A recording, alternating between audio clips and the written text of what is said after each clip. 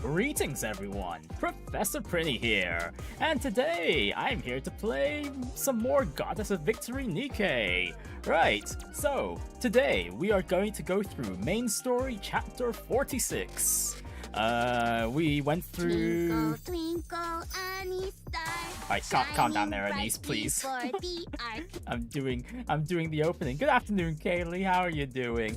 Yeah, so last time the counters had their power up to deal with the AI Sixo, and to stop their plans to destroy the Ark, which we successfully do. We get to see Anise utilize her new armaments to go super fast and just punch Sixo into oblivion, and Neon is also there with a new body, new weapon, more firepower. It was all good stuff last time. We also got to see the end of what was it? Liverin and Fragile's tale. Man, we've known about those two characters for quite a while, because they were there since the whole E2 crystal shenanigans started, and then they've been around for basically the entire. They've still been around since during the Four Beasts arc as well, and now that they just meet a very tragic end. Unfortunately, out of all the out of most of the dislike characters in the game, Liverin unfortunately does not get a redemption at all. Man, that was a really brutal way to go. Someone actually reminded me that the reason Fragile also ended themselves was because of the mutual. I can't say the S word. I'll just call the mutual destruction pact they had. Yeah. But man, that was so brutal of Fragile, just shooting Liverin in the neck. The shock just keeps Liverin immobilized for a bit. She gets shoved into her little box that had the E2 crystal, and then Fragile just throwing in that E2 crystal to basically devour her. That was so brutal. That's a shame too. Well, you could say there's two NPCs now that are no longer in NPC jail. They've gone to the NPC graveyard. That's a damn shame too, because I really like Fragile's design.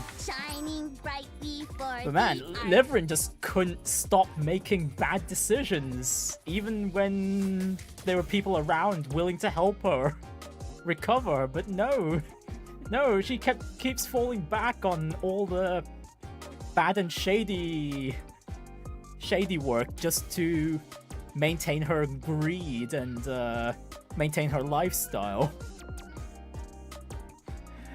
But it is what it is, unfortunately. Who knows, maybe we will still get Liverin and Fragile as characters later on, but when we do get an event story tied around those characters, it'll have to take place before chapter 45. I think I mentioned to you last week that I'd show you how the timeline kind of works there, Kaylee. I could show that right now. So, yeah, in the commander's room here, there's the storyline thing, and it basically shows you every single event aside from aside from most collabs, and it details the entire chronology of every event. So if you are someone who wants to like read every single thing in every single story in chronological order, well, the storyline timeline here is your thing to go to. And there we are, going all the way to chapter 46.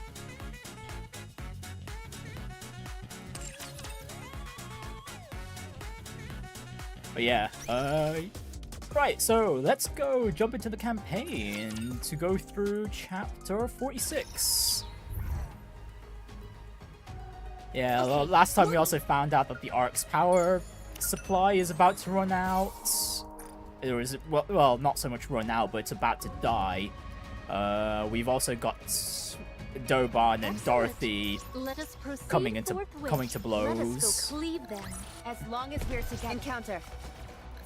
Can we finally hit the beach and relax? And that's what we're about to see. Dorothy also made their move to Excellent. All right, everyone. Get convince the Ark population of the crap the central government's done. Anyways, let's continue. Good. Stand by. How long do I have to wait? Hard to say. Probably till she shows up.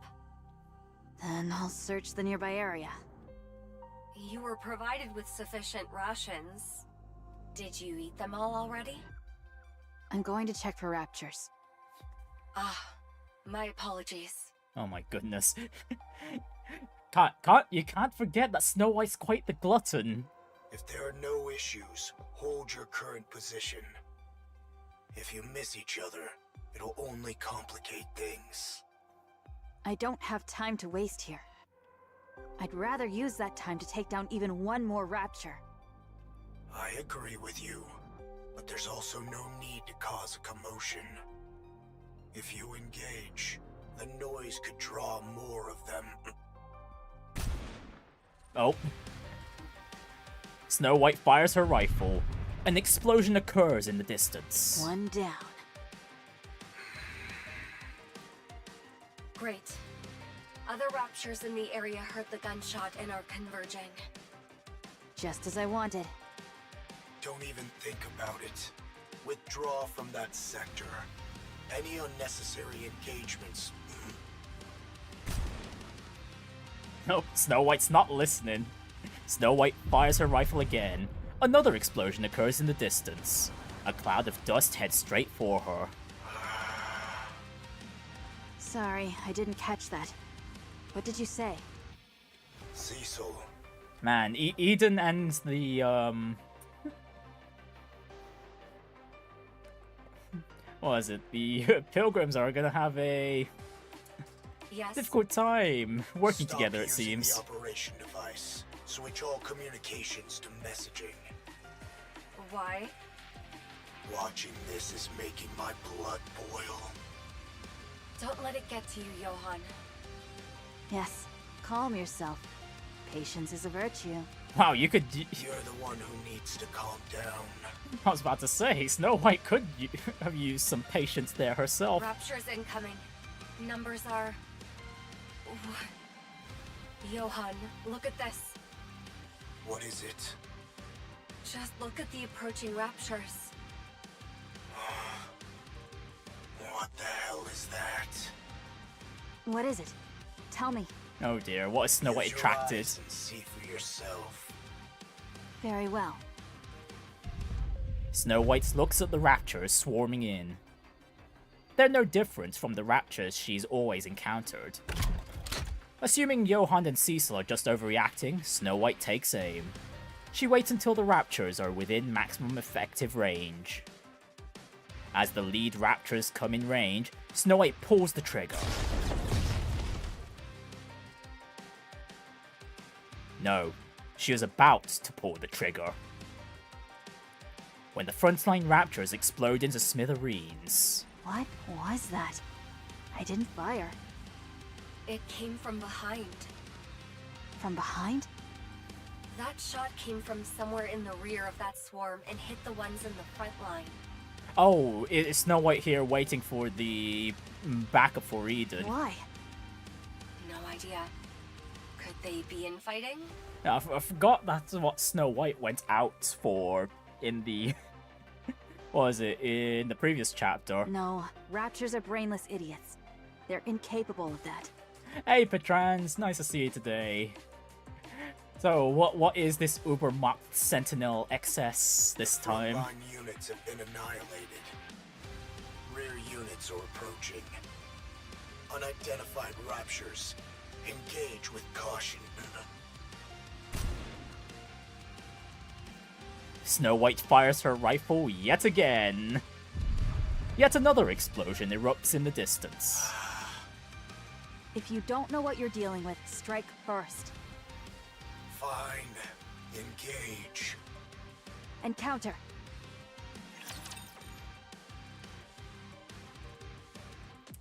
That's a German sports coupe that's appeared in GTA Online. Oh, I see. ever Oh, take a you vacation?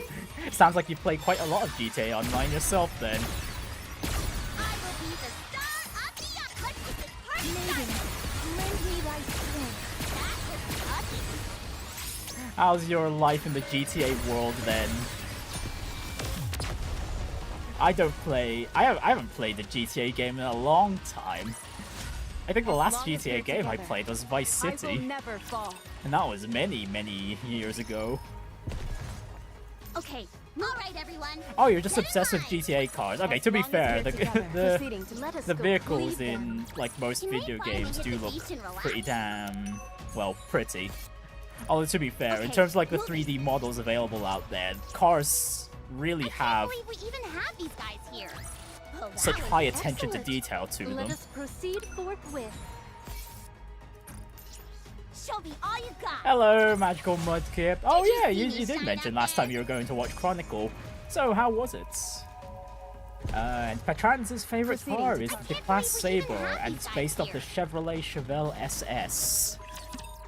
Oh, I barely know my cars, let alone sports cars. Don't these things get tired of this? All I can say is like, yep, that's a car. Or it's like, hey, that's a good looking car.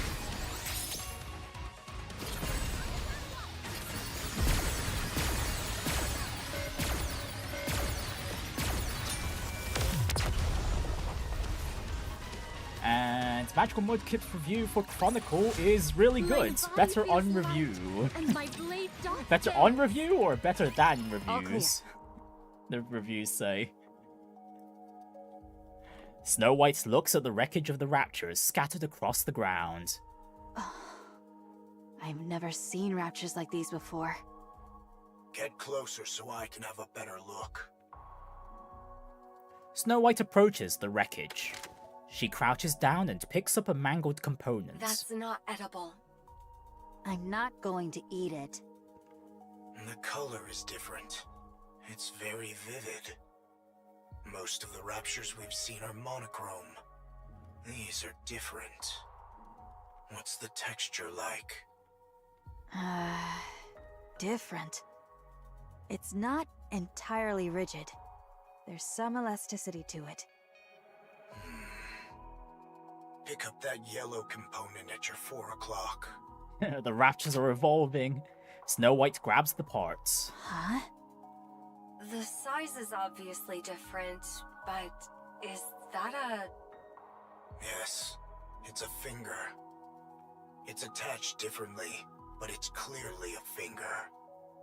I can also make out parts like ribs, teeth, and legs. Snow White, rub your arm. My muscles aren't sore. It is for comparison. Go on, feel it. Snow White rubs her arm, then touches the rapture component again. Well, It feels the same.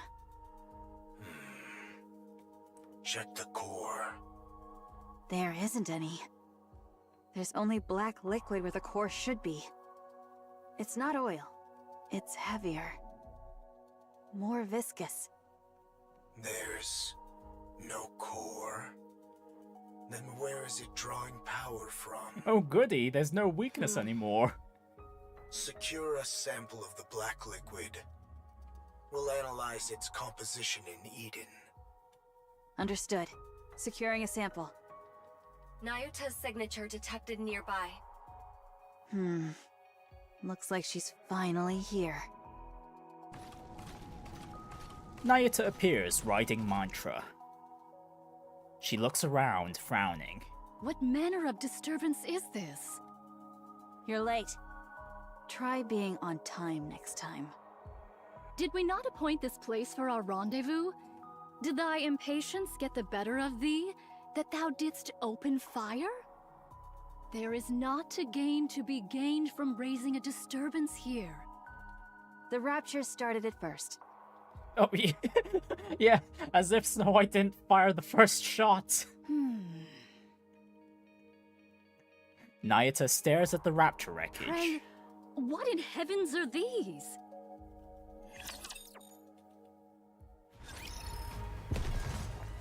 Excellent. Let us proceed forthwith. They're Raptures, mimicking human/Nikke Let us components. go cleave them. Well, that'll take. I can't believe we even have these guys here. Oh, sorry. Also, the... This what was it? spot shall serve admirably. 'Tis inconspicuous, and Oh. affords a most advantageous vantage point. Oh, review as in reviewing the show. Ah, I see. I see. Also, the Imponte Dukes. This car is based off the iconic 1970 Dodge Charger RT. You might see this car from Fast and Furious series as Dom Toretto's personal vehicle. I see. What are you playing at, Monk? Why did you insist on meeting near the lift, of all places?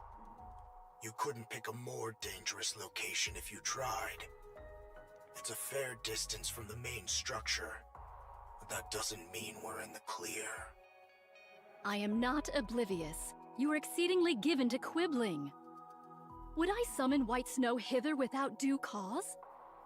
Explain. Since the encounter with the Queen, I dispatched my remaining replicas to reconnoiter places of import. Wait. You have more clones left. Okay, I thought Nayata was gonna keep the fact that she had some clones left hidden. Not combat units proper, but adequate for reconnaissance. I see. Oh. Nevertheless, my replicas have scouted locations upon the surface deemed of strategic import. Alas, none evinced any reaction of note. Nayata silently raises her finger and points off in the distance. She gestures to a towering structure that seems to pierce the sky, the greatest construct humanity ever created. The lift. Save for that place, the orbital spire. You're getting a special reading from over there? Indeed. Observe closely. Lights kindle within. Venture nearer, and perchance a mechanical hum shall reach thy ear. No way. Oh, there's something active The in there? orbital spire yet functions. The lift is... That means the raptures we saw earlier are being produced there? You speak of the new sort of raptures. That hath troubled me likewise. During my reconnaissance, raptures of the new sort were observed in considerable number. These new raptures were all manufactured within the orbital stations, yet the stations themselves are now ruins. I desire to confirm whether a connection doth exist between these two facts. So you want to scout the lift? Indeed. Fine. Then let's go. Much obliged.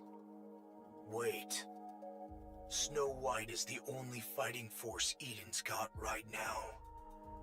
I won't authorize her to conduct such a dangerous recon. It doth prove quite impossible for me to do alone. Thus I venture to solicit a favor from thee. You've got plenty of clones who can handle the scouting just fine. I did dispatch several score of them nigh unto the orbital spire. Yet to this hour, no word hath reached me. As their nymph hath not yet returned unto me, while I do not think they have perished outright. And yet, I cannot shake the conviction that all is not well.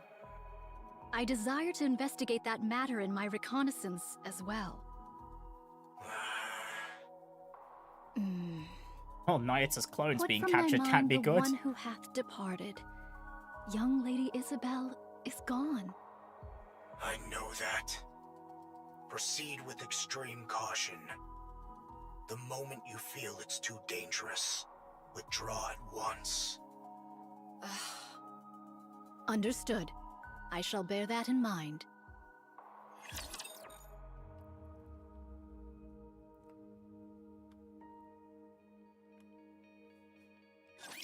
What should the first target be? Let me catch my breath.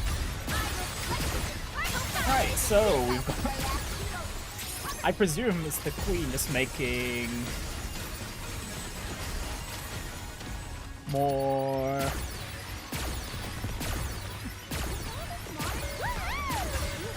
Nikke-like raptors or something. There was already that, Arturia we You may finally encountered hit the beach 2 and relax. chapters ago, for instance. Okay, moving. Excellent. Let us proceed forthwith. All right, everyone, get in line. Can we finally hit the beach and relax? No, Anise, no, we've got a story to get through. My body feels... Show me all you got. How's it? Our life is like a video game. There's a... I desire to draw nearer still, yet it proves not feasible. It is, yes, life is like a video game, except you don't have any extra lives. However, to venture any deeper would be to invite battle. Why avoid combat? I cast no doubt upon thy abilities, nor thy newfound powers, White Snow. Yet, why spend that strength for naught? You have to pick apart everything, don't you? Sometimes the simplest option is the best one. And sometimes it is not. Hence why I am deliberating. Young Lady Cecil, wouldst thou be able to confirm the spread of raptures in the vicinity? There are far too many. There's no point even trying to count them all. Alright, no Charging option in for would be a stealth, suicide mission. or very limited. You're out of options. Fall back for now. We now know something's amiss here. That alone is a significant find. We'll pick this back up when arrives with the cavalry. Do you think the Queen is just going to sit around twiddling her thumbs? What? Nayuta, find a way to scout the area without getting drawn into a fight. This is not your call to make, Cecil. I'm the one in command here. Letting fear dictate our every move won't get us anywhere, Johan. Especially in a situation like this. Do all the women in the game look like this? Yeah. With no way of knowing what the Queen is up For to, was we it? can't turn back now. Not after coming this far. Yeah, aside from mass-produced Nikkes, the more specialized ones get to have their... what's basically their idealized form. What's wrong? Come. Young Lady Cecil, can my voice reach thee? Ow. Particle density too low. You two. Listen, can't. Find whatever. Then back. Like, I could show you an example where... was it? Yeah, there's a good example I could show you, Find whatever later you can on, and then if fall you're back. still around Understood? during that point, Mudkip. Alright, the line goes to static. Communications are completely cut off. Our communication equipment is functioning normally. This wasn't caused by elevated alpha particles. To lose contact within Eden of all places? A strange thing indeed. In any case, find whatever you can and then fall back. Words most ill-advised, and yet... Let's go. We'll avoid the areas where there are too many raptures. Playing it safe will gain us nothing. Very well. I shall entrust this matter to thee. My. They say people lose their heads when cornered. Guess it's true after all. Don't go rushing in now. You'll get yourself killed. Red shoes! No, Young go Lady away! Mirror. Hello. Sword Warden. Who are they? Right, what are they doing here? Snow White, youngest member of the Goddess Squad. The 4th Grimm's model. The White Reaper of the Horizon. What an honor to have such a distinguished guest. Identify yourself. Pleasure meeting you. The name's Mirror. I'm an old friend of Nayuta's. Someone like her wouldn't have any friends, so who are you? Goodness. Quite perceptive, aren't you? Snow White reaches out toward Mirror. Her hand passes straight through her. The point of contact crackles with You're static. just a hologram. Yes. You're the one who cut our communications with Johann and Cecil? Mm-hmm. Guilty as charged. I've nothing to gain from making my presence known, you know. Just what are you? I already told you. I'm Nayuta's associate. At the moment, yes, I'm acting as a spy and pretending to side with the Raptures. It's been a while since I've been greeted with such distrust. Oh, considering who Mirror is based off of, yeah. Distrust is basically the safe option there. Nayuta, could you please say something? My character is in doubt before I've even had the chance to relay any useful information. Oh, she speaks the truth, White Snow. She is indeed my associate. It is likewise true that she hath taken to the Rapture's side, carrying out espionage. There you have it. Fine. I'll take your word for it. Much appreciated. Now then, shall I show you around? There is quite a lot I need to convey regarding the current situation.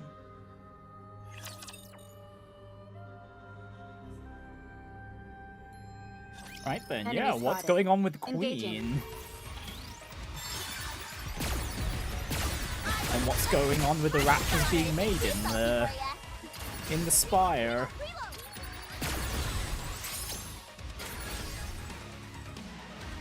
Oh, actually, wait, I like at the next battle encounter, I can show the what was it, the Nikke that I was talking about, Mudkip, for an example, because it does vary between Nikke to Nikke. I just show me all you got. Well, that was easy. Encounter. Well, that's all right, everyone. Get in line. Mine body feels light, and my blade doth dance. Okay, moving. Show me all you got. Mine excellent. Let us proceed forthwith.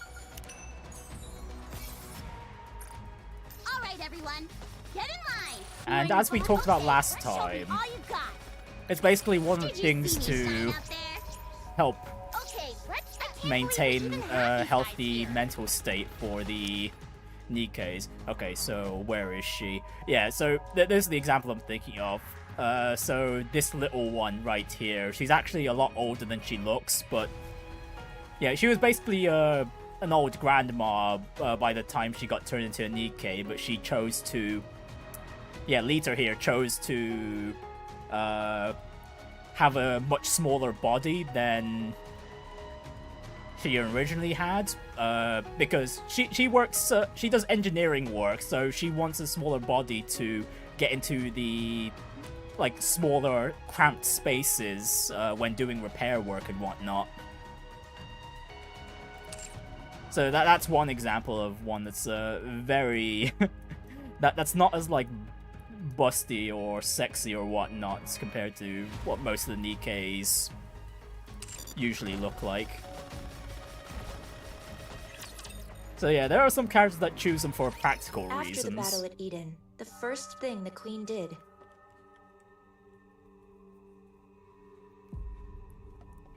was roam around, surveying the surface. You kind of sound like a skinny late 20s guy. I'll take that. I think that's a compliment, actually. Yeah. She looked like some legendary hero, wandering the surface, riding atop Stormbringer. I watched to see how long she would continue in this vein. When she settled at the lift without warning, she began overhauling the derelict equipment within, turning it into Rapture production facilities. Assuming I'm around 27. Ooh, pretty good guess there. You would have me I'm not going to believe give the she has precise built a answer, but factory? that's a good guess. Yes, she converted everything in one go. Humanity's finest technology was already concentrated there, so there was plenty to work with, and the overhaul wasn't challenging. She tinkered away at it, then began to produce raptures like it was nothing. Whence came the materials? Even the Queen cannot conjure something from naught. Seems like you figured something out. Let's hear it. Hey, dead Nikke bodies that litter Doth the the Queen map tear it all fields. asunder? You've got it. The Queen was deeply dissatisfied with the current state of the surface after surveying it.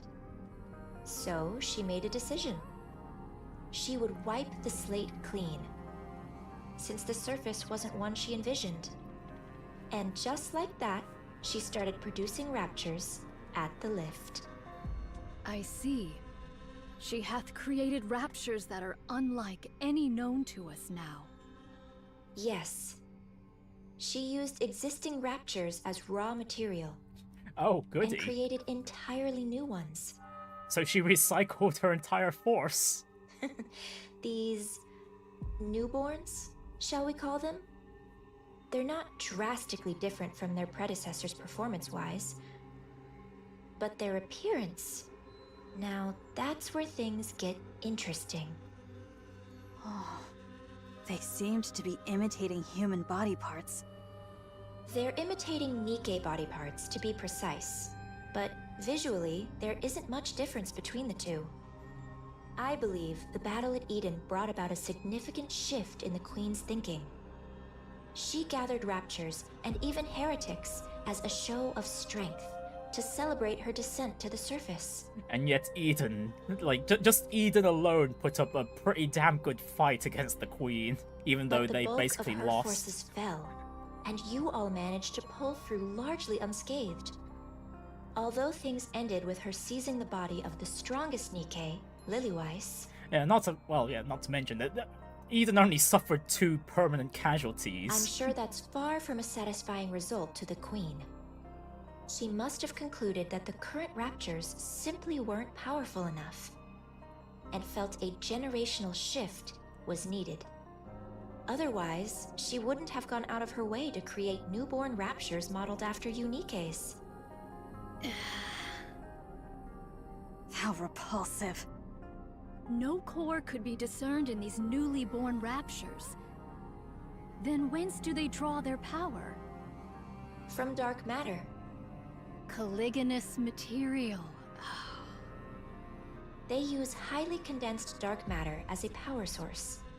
It's a versatile substance, so using it that way is certainly feasible. I don't know much beyond that, but since dark matter is the Queen's to begin with, she is another matter entirely.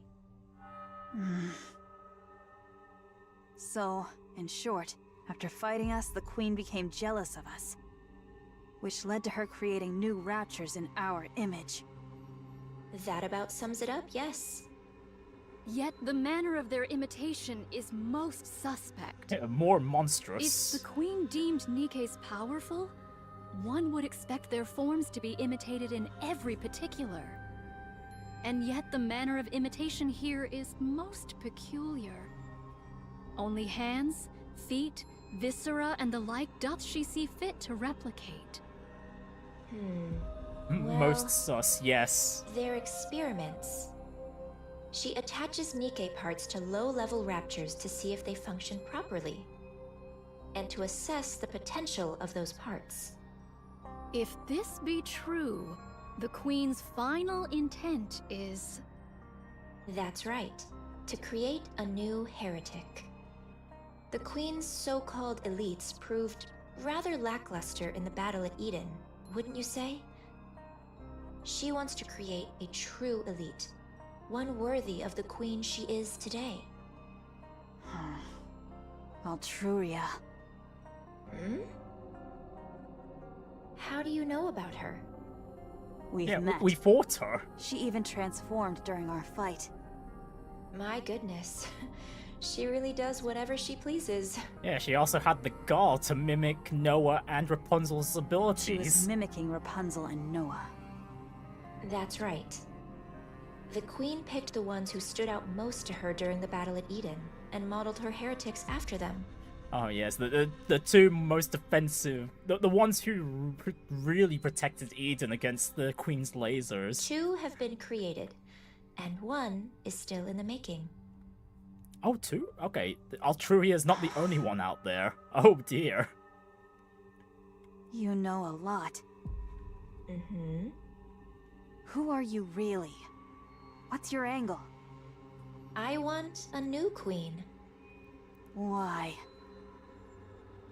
Mirror looks at the lift. Because I don't like the current queen. You're hardly the trustworthy type. That stings. Especially after I shared such valuable intel. Yeah, but it could be a ruse. You must trust me. I've been doing all kinds of dirty work at the Queen's side to obtain this precious information, and I'm giving it to you with no strings attached.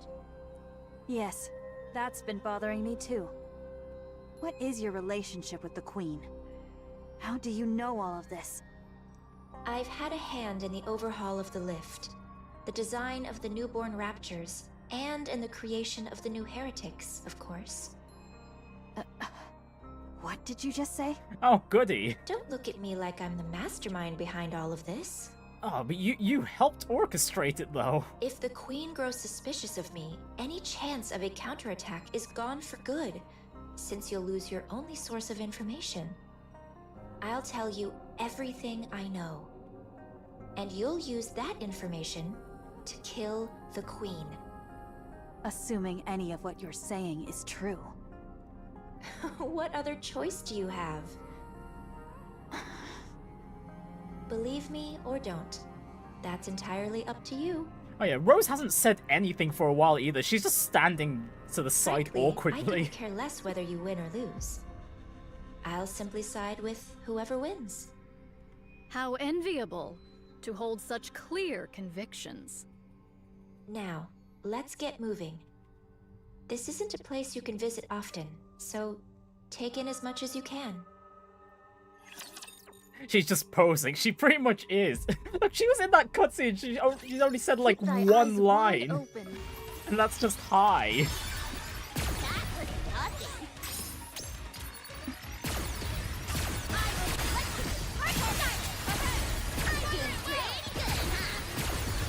What I'm also surprised about is that Snow White didn't like point out like the similarities between Rose and Scarlet at all.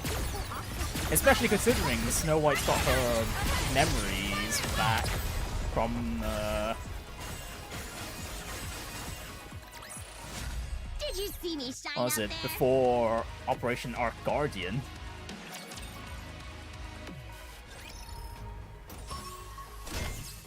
Excellent. Let us proceed forthwith. Although I'm sure she'll bring that up eventually. Encounter.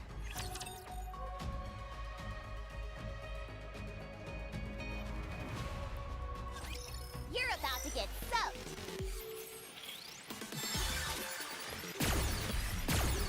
Alright, and it's a defend mission. Right, but how has everyone's days been? Mine has been somewhat tiring, not gonna lie, although that's mostly because I slept pretty late.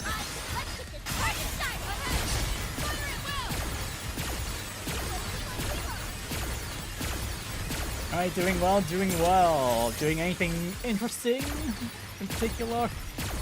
Aside from watching my stream of the latest Nikke chapters? Oh, Mudkip went to a 5-star hotel for a key assignment. Is that schoolwork related, or This is going great! And that's the case, like, what are you trying to research from? What information are you hoping to glean from there? And Kaylee's imported some Irish cream monster coffee. Is that like a limited edition or something? Something unique to Ireland? That particular monster flavor.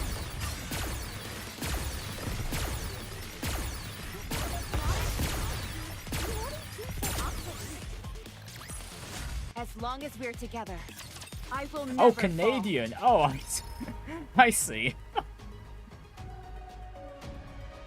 Okay, excellent. Let us proceed forward. Not much. You're in Show me special all you school, so got. there's not much work to do. It's boring, but it's fine, you guess. I As long see. as we're together, Yeah, but I will never fall. what's the Excellent. Alright, everyone, get in line! what's the we task finally you're hit the doing beach that and requires you relax? to even be at a 5-star hotel in the first place? Proceeding to target. Show me all you got! Can we find... I just love those clouds! Show me all you got! That being said, is your stay at that 5-star Proceed. hotel Let at us least go being paid clean. for, or are you only literally visiting the place? You're not actually staying there. Oh, home economics, I see. Right, Snow White and Nyata follow along the path Mirror leads them down. They get into a few skirmishes with raptures, but they are small scale. The commotion is not big enough to draw in additional raptures. Rose shares a brief exchange with Mirror, who nods at her words. Then, Rose slows her pace, and falls a step beside Snow White. Can I talk to you for a moment? Is this a bad time? You look like her. Scarlet. Of course. We were in the same squad after all. A squad that specialized in close combat, made up of mass-produced Nikkes, right? You remember all that? You have a good memory. Oh, you don't understand the EXP system YouTube has? It's some sort of like interaction thing. I don't know how the EXP system works either. I personally have it disabled from my point of view, so I can't see if anyone's like first, second, or third. I thought I had the entire system disabled on my channel, but I guess not if you're still seeing the metrics there, Mudkip. Those are recent memories to me. Scarlet is alive. Her brain is, at least. Eden currently doesn't have the technology to produce a Nikke. But once that's secured, she can be revived. So you caught on. Yes. Yeah, I think I might have disabled it from my point of view. Scarlet often told me about her sister. Why did you come back to life? I didn't choose this. Mira revived me on her own. And why did she revive you? What was it she said? Something about needing someone who could cut through anything. As you can see, I'm more or less her bodyguard right now. Also, you can't rewind to a previous point of the stream. Is that my doing? That is my doing, yeah. Yeah, I did disable that setting, mainly so... yeah, mainly so I can... The stream is hopefully a bit more stable, because there was a point where I had a few consecutive streams where the stream was, like, really, really unstable. So I had to, I just tweaked some settings to hopefully curb that, and for the most part, things have been stable. There's still some sessions where things are a little unstable for my liking. Like, for example, last stream had a bit of instability during the first half, I'd say. Oh yeah, I believe you were in one of those laggy streams. Yeah, it happened. It still happens on occasion, but it's happening a lot less frequently. It was annoying back when I was doing my Trails Through Daybreak 2 streams. It happened quite. That was around. It was around that time when I considered disabling the Then what are you still alive for? yeah, disabling the rewind. Well, yeah, rewind feature for during a live stream. That's harsh. You placed a curse on Scarlet and died. Just as you intended. What unfinished business do you have left? A curse? Yes, a curse. Scarlet was always obsessed with becoming stronger. Just like Rose. Or, if only Rose were here. She was always muttering things like that, thinking no one heard her. The curse you placed on Scarlet gave her the strength to push forward, and it all worked out in the end. But as her sister, that's not something you should have done. You're right. That's why I'm still alive. Huh? Strictly speaking, I cannot die without Mirror's permission, and I could disappear at any moment on her whim. But the reason I'm obeying Mirror and trying to stay alive is because I don't think I've ever given Scar anything good. I ruined the squad in the name of helping her, and made her kill her own sister by her own hand. I've come to realize what a pathetic and awful sister I was. Yeah, this is during the very first anniversary. Well, yeah, the first New Year events of the game, actually. So I want to make it up to her somehow. I thought, if I kept living, maybe I'll get a chance someday. Oh, is it? Could be a hardware issue. Oh, my PC is well damn good. Like, for the most part, most of my streams do tend to be pretty stable, but no, it's actually, it could potentially be a hardware issue. I don't know. Maybe there is some component in there that's causing things to lag a bit, but I'm pretty sure it's more of a internet connection thing rather than But it's not easy. my actual hardware. I've never done a single thing right by her, so I really don't know. I don't know what I could ever do for her. Why not meet with her? That will never happen. No, I'm sure that will happen, Rose. I'm sure you will meet with Scarlet again, especially once Scarlet gets her new body. Showing up in front of Scarlet in my current state wouldn't do her any good. I will simply resign myself to the life I'm living. Do what I can for her, if the opportunity arises. Then I'll disappear quietly. If Scar learned about the state I'm in, she would reach out without hesitation. But the fact is, I'm a broken sword. A blade that wounds whoever holds it. You get it, don't you? Very well. I won't say a word to Scarlet. Thank you. Well, since fate brought us together like this, tell me more about Scar. How did she end up joining the Goddess Squad? The strongest squad there is. And what has she accomplished since then?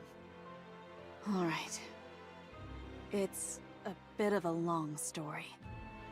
Then keep it to the parts about Scar. I'm not big on long stories.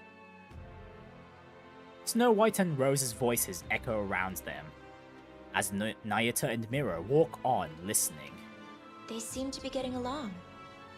How far dost thou intend to lead us? I confess, this leisurely stroll through the heart of enemy territory does not sit well with me. Not much further now. We wouldn't be able to go any further than that anyway. So thou hast been here all this time? That's right. I've been here ever since Eden. There's work to be done after all. Then didst thou not see my replicas? There ought to have been at the very least several score. Beats me. Maybe they're all dead? When a replica doth perish, its nymph returneth unto me. Such a thing hath not occurred even once. Is that so? I haven't the faintest idea. I see. Is it still intact? Of course. That's why the lift is in operation. The ultra-massive core is very much intact.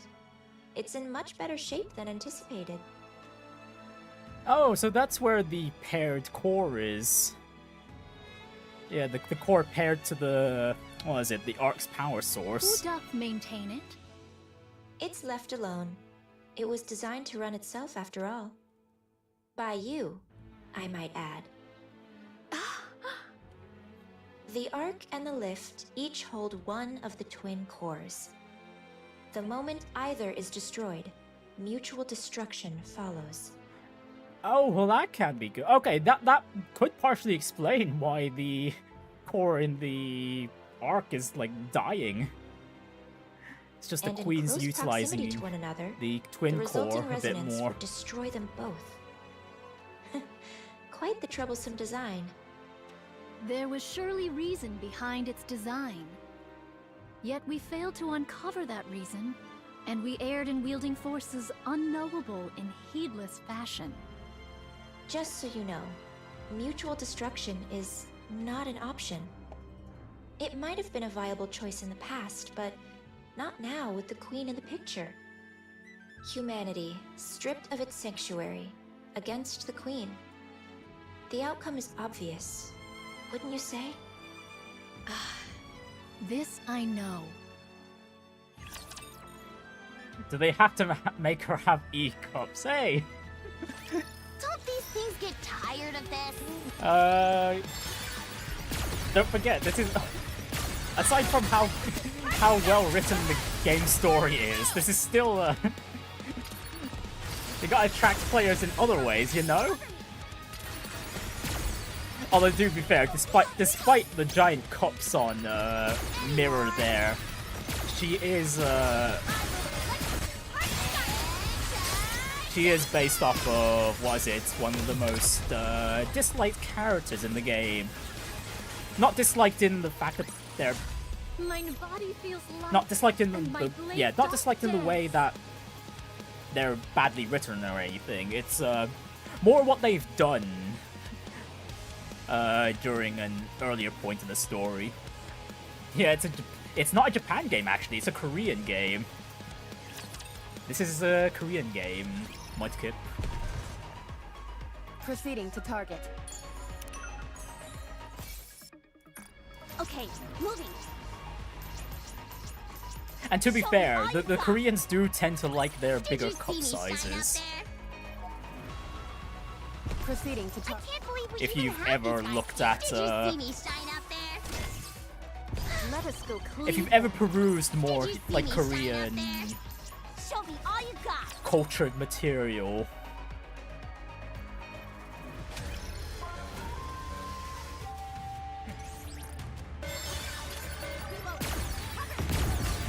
I'd say they probably like it a bit more than I would personally like, especially proportions-wise.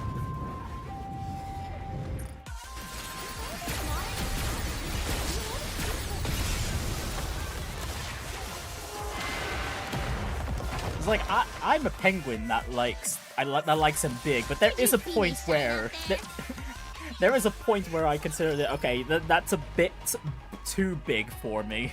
Okay, let's go. And it simply, well, it just simply has to do with proportions. Excellent. Let us proceed forthwith. All right, everyone, get in line. Did you see me shine That's a out great there? right Show me there. all That you is, got. you're very welcome. Oh, Yeah, the moment I said that, I was like, Let hang us on a go moment. please. Hang on a moment. That could easily be taken out of context. All right. But yeah, this you're is very as far as we welcome. go. I don't recommend going any further. We might get caught. By your efforts, we have come thus far without great peril. But honestly, what guy doesn't like big proportions? Big portions. Well, there are guys out there who do prefer the flat planes. I myself prefer to conquer mountains. To know the lay of the land beforehand shall alone prove of great service. Take it all in before you return. That's the only way you'll even stand a chance of winning. Sounds like you're saying we'd lose if we fought now. You do say the art is great. The characters are pretty well designed, Of aren't course. You have absolutely no chance of winning right now.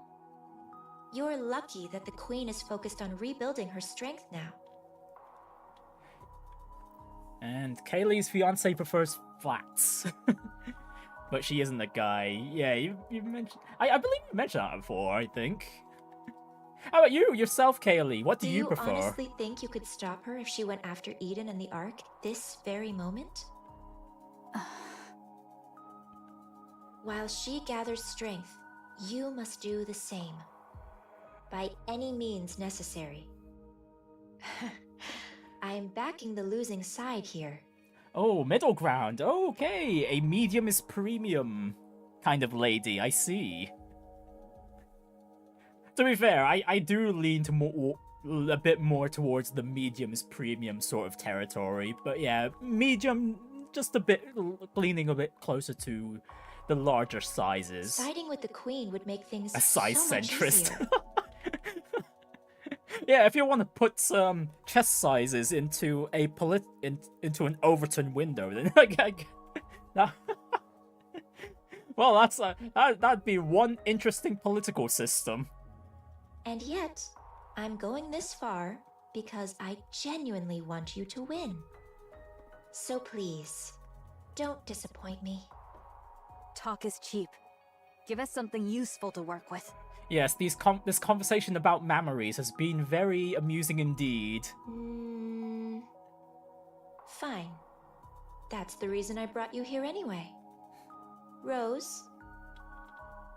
All right.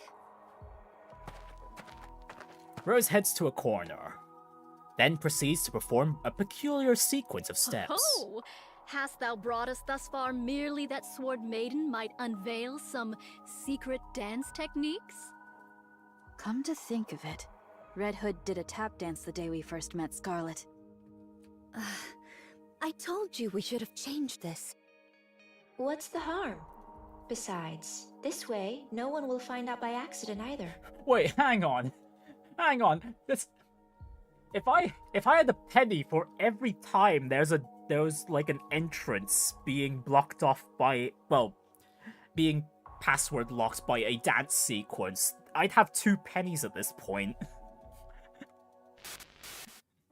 The moment Rose completes her steps, the corner crackles to life. A human-sized container emerges. Oh my goodness. Like the first time we had a dance-powered password locked thing was all the way back in one of the earliest chapters in the game. Mustang literally gives us a key card, and like the key card itself isn't enough. He taught us the dance routine required to open the door alongside the key card. How many penguin emotes do I have? I have quite a few. I've got this neutral one right here. I've got a happy one right here. I've got a sad one right here. I've got an angry one. A confused one. A nervous one. I've got this shiny emote that I rarely use. I've got this derpy one that I've been using quite a bit. And I've got this dead one right here. I want to add more emotes, but I've never really... I've been trying to add more emotes, but for one, I don't exactly have enough key space to set more up without accidentally pressing a key that may conflict with the game controls or something. Yep, I could just lie dead here if I wanted to. Optical camouflage, huh? Get a second keyboard? That could work, yeah. It? I wonder if I could use a stream deck as well, maybe. That would probably be helpful if I can get one to work that way. To be fair, I could probably add like at least 6 more, because the keyboard I have is a Corsair KGB 100. I guess it's a Razor KGB 100. But it's made by Corsair anyway. But yeah, it's got these 6 keys on the far left side named named G1 to G6. And to be fair, the first time I started using this penguin avatar, I did actually use those keys, but I stopped using them because at some point my PC decides like, okay, I'm just gonna uninstall the software you use for to activate those keys. So yeah, and then for the longest time I just hadn't bothered to reinstall the program until recently, actually. So it might be worthwhile for me to use those G keys again. Bodyguard. I'm nothing but an errand girl. I have no physical body. I don't have much of a choice. Rose presses the button on the container. With a hiss, the contents are revealed. Steel legs clad in red. Red shoes! I kept them safe, as you can see. Oh, cool. She's kept...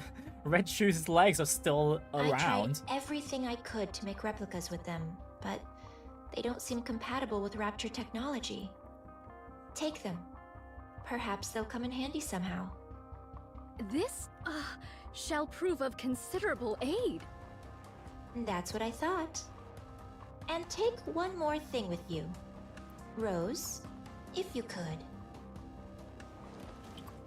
Rose retrieves a small bag from inside the container and hands it to Snow White. What's this? It's really heavy. It's a brain shelter. A brain shelter? Liberalio's head is inside. Oh, okay. Okay, Liberalio is still alive. What? I don't know what possessed Liberalio, or why. But she proposed to the Queen a dialogue with humanity. I'll admit, I had some hope myself. I figured it might get through to the Queen even just a little, given it was coming from her second daughter. But the Queen truly is a monster. Liberalio's words fell on deaf ears. And Liberalio's head Although, got ripped off. I honestly doubt dialogue was ever possible with her in the first place. She tore off Liberalio's head, frozen in ecstasy after meeting her beloved mother. She kept only the body that had the core, and tossed the head away like trash. That's what I retrieved. Yet heretics possess the capacity for regeneration by means of their core. There's no core in her head. Unlike in Devilia, Liberalio didn't do something as grotesque as implanting a core fragment in her head. But her brain is still alive. It should be enough to create a human imposter, at the very least. That is, when Eden has the technology to do so, of course. She's a heretic who spent nearly a century slaughtering humans on the surface. Such vast combat experience must mean she'll have a wealth of information. Oh, not to mention, Liberalia before she'd lost her current body was a pretty damn good, wind unit. She's also one of my greatest works. So even turning her into a standard pseudo-human won't be a loss. We need every asset we can get. Don't you think? All right. It's time for you to leave. We stuck strictly to inconspicuous routes, but if we stay too long, we're bound to get caught. See them back safely, Rose. They'll start to suspect something if I'm away from my post for too long. Yes, yes. I guess the saying's true. When the cat's away, the mice come out to play. The Queen not present at this moment? Yes. Remember how I mentioned those new raptures use dark matter as a power source? She's gone to gather some. Oh, the Queen's gone The out, Maleficent has she? Beast Quartet. That's right. She went to steal the dark matter that the 4 beasts painstakingly scraped together. Oh, well, that's not good for the 4 beasts. The sword in mind must Prinny is the name of the species of penguins in the DS game. It's, actually, this guy, started off as a PS2 game. But yes, you are correct. There is a DS version of the original Disgaea. Yeah, Prinnies are the expendable mooks from that series. They are reincarnations of Did you see me shine the most out there? devious souls that have died. And they live in the netherworld to repay the debts they've incurred back then when they were alive. And they suffer punishments from, let's see, they blow up when they're thrown. And what else? Oh yeah, so yeah, they go through they undergo hellish punishments, like sometimes having to pay to work.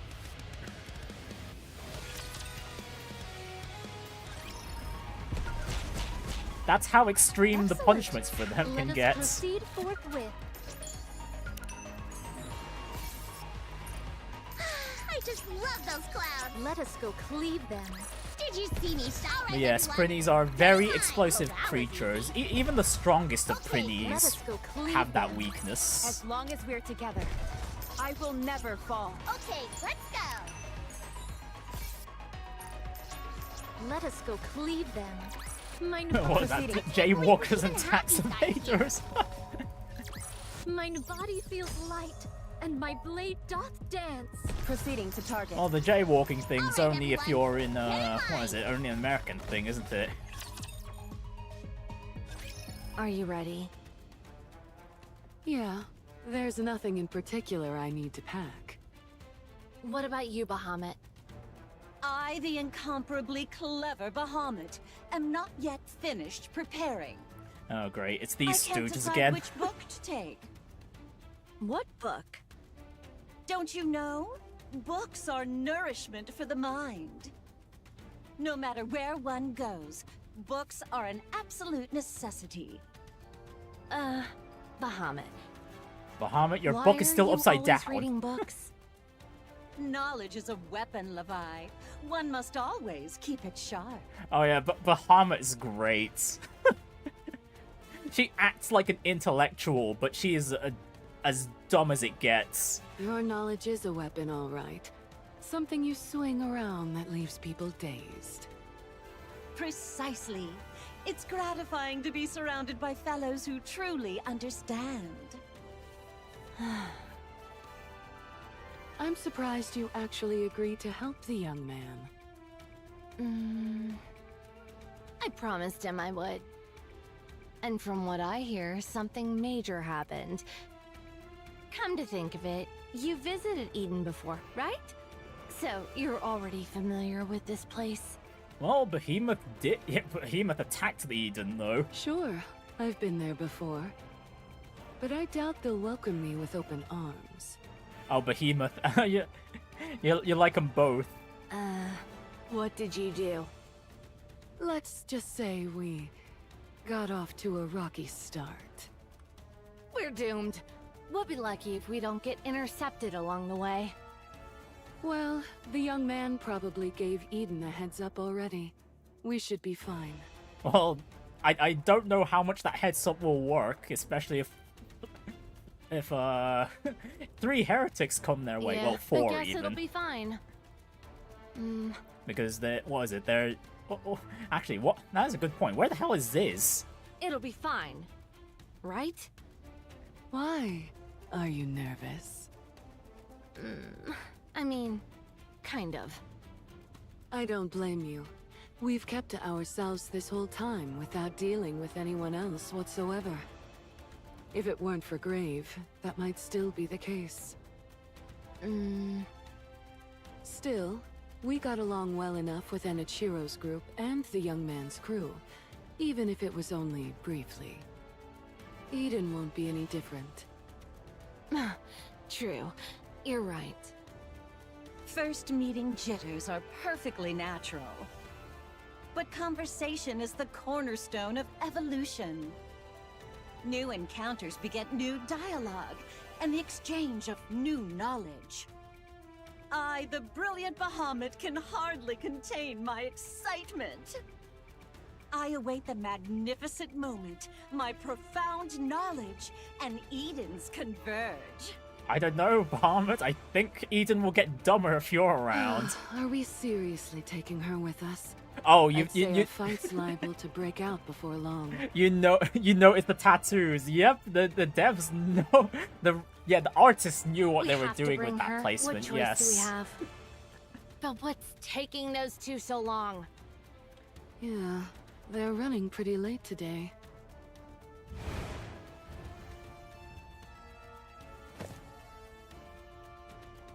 Alright, there's Ziz.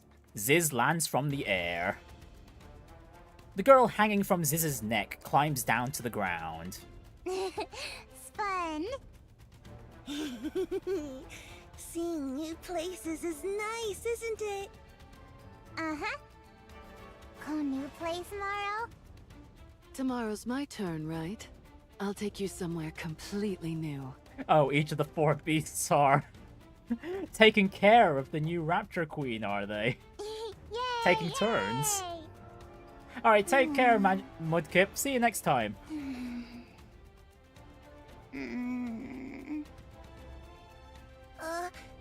What's wrong?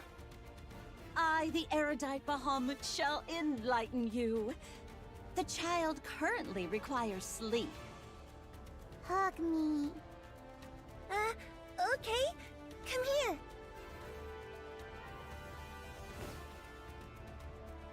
The little queen wants a hug. Ziz wraps her arms around the girl. And the girl buries her face into Ziz's chest. Fluffy. Feel good. Oh, well. We've got someone here who's on the side of big is better. Oh. Really? What do I do? I feel like I'm gonna cry. What's wrong? I don't know. Are you all packed? Packed? For what? We're leaving today, remember? Oh, right. We were going to Eden. I forgot. Hurry up and get ready. I'll hold her. Oh, okay. Alright, come here. Leviathan reaches out toward the girl nestled in Ziz's arms. She stares silently at Leviathan. Her gaze travels down towards Leviathan's chest. Hard. No like. You little brat! The little girl does not like the ironing I'll hold boards. you. The girl settles into Behemoth's arms, tucks her head in, and nuzzles against her. Fluffy. Yeah. Fluffy, isn't it? The girl turns her head and looks at Leviathan. Hard. Oh my goodness, you don't need to insult Leviathan. Ugh, You already did it once. Levi. What? Bahamut looks at Leviathan, then nods silently. Stop nodding like you've got some secret. It's annoying! Levi? What? What is it? Oh, I'm packed and ready. Let's go then. But she just fell asleep. Let's be quiet then. If she wakes up, we'll take turns transforming and giving her rides. If we don't let her ride while we're transformed, she'll throw a fit. Oh, okay. This is kind of fun. It's like taking turns driving on a road trip. This is a family trip, all right. Quite literally. Yeah. The four beasts walk on. Leviathan glances back. The White Ark, once a ritual space built for the creation of the Queen. A place that has since become their home. It was wrecked by Liberalio, and even the process of restoring it was enjoyable. For some reason, Leviathan feels a twinge of regret. We'll be able to come back. It's our home, after all. Yeah, you're right. The four beasts continue onward. After walking for a long time, they stop. Before them stands the Thing, who looks at them with a smile. What is that? Run! A human imposter? But something feels off. Run! The Thing closes the distance in an instant. Her gaze locks onto the girl in Behemoth's arms. Behemoth reflexively turns and shields the girl. A thunderous roar echoes out. Behemoth collapses to her knees, the upper half of her body now missing.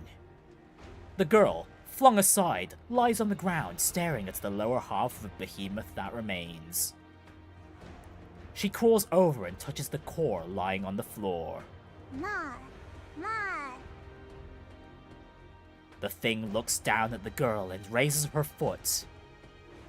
A fire ignites in the eyes of Leviathan, Ziz, and Bahamut. Get your foot away! What are you? You'll pay for this! Well, I'm sure Bahamut's still fine. Her core's still there. Right, black light bursts forth, staining the White Ark. Alright, it's the Rapture Queen versus three of the four beasts. And one of them's one of the four beasts is already down for the count.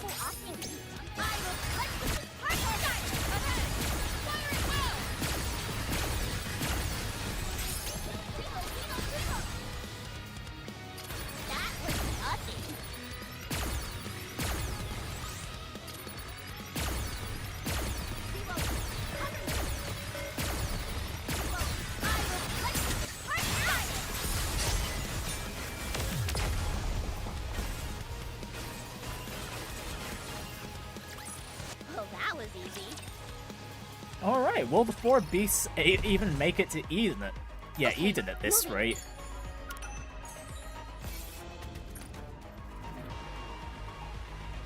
Encounter.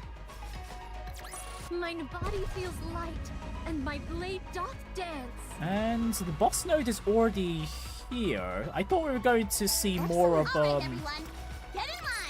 body feels the light, Doban and Dorothy my blade Oh, actually, doth no, dance. no. What? Okay, no. I assume once we deal with the boss, we are going to get the whole conflict. But considering it's not the Doban and Dorothy conflict's taking place in the Ark, we're probably going to have a few story chapters. Yeah, a few story moments while in the menu. No, that would make the most sense. Ziz does not move. Her wings have been completely torn apart. Bahamut is motionless. Half of her upper body has vanished. Bye.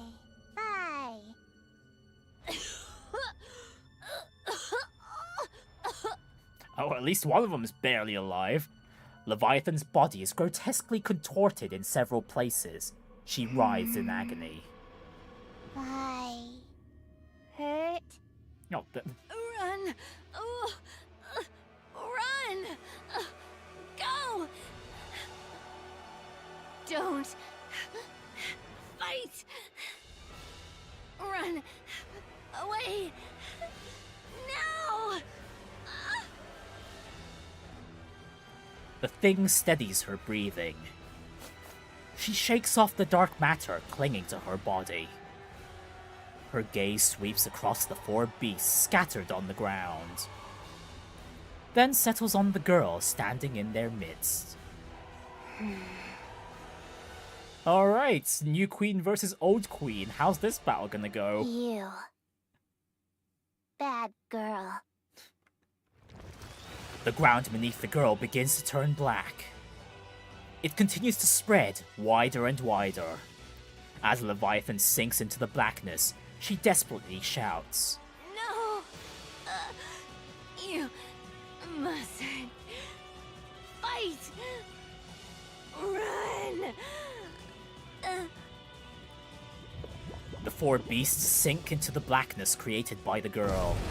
Gigantic wings unfurl and drilled shafts and pincers rise from the ground. The thing charges forward. A massive arm surges from the ground and latches onto the thing's legs. She tries to shake them off, but cannot, for their strength is tremendous. The girl's pincers strike ferociously at the immobilized thing. The thing staggers, then tears off the hands gripping her with sheer force. She catches the swinging pincers and twists.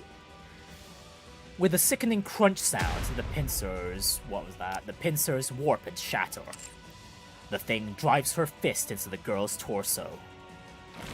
Part of the girl's upper body disappears with a thunderous boom, but it regenerates almost instantly. A massive pillar is summoned. Simultaneously, another swarm of arms rises up once more. The thing takes her stance. The girl lashes out with her pillar and arms, with a ferocity that could tear her opponent asunder. Meanwhile, the thing wildly throws her fists, intent on pulverizing anything in her path.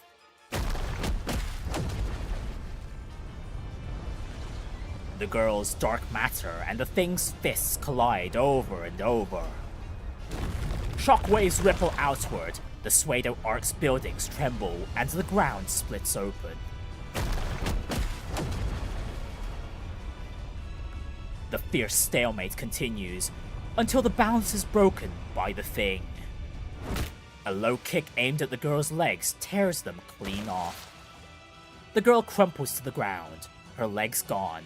The thing rains down punches from above. Under the barrage of fists, the girl panics. This is something she has never felt before. Hurt.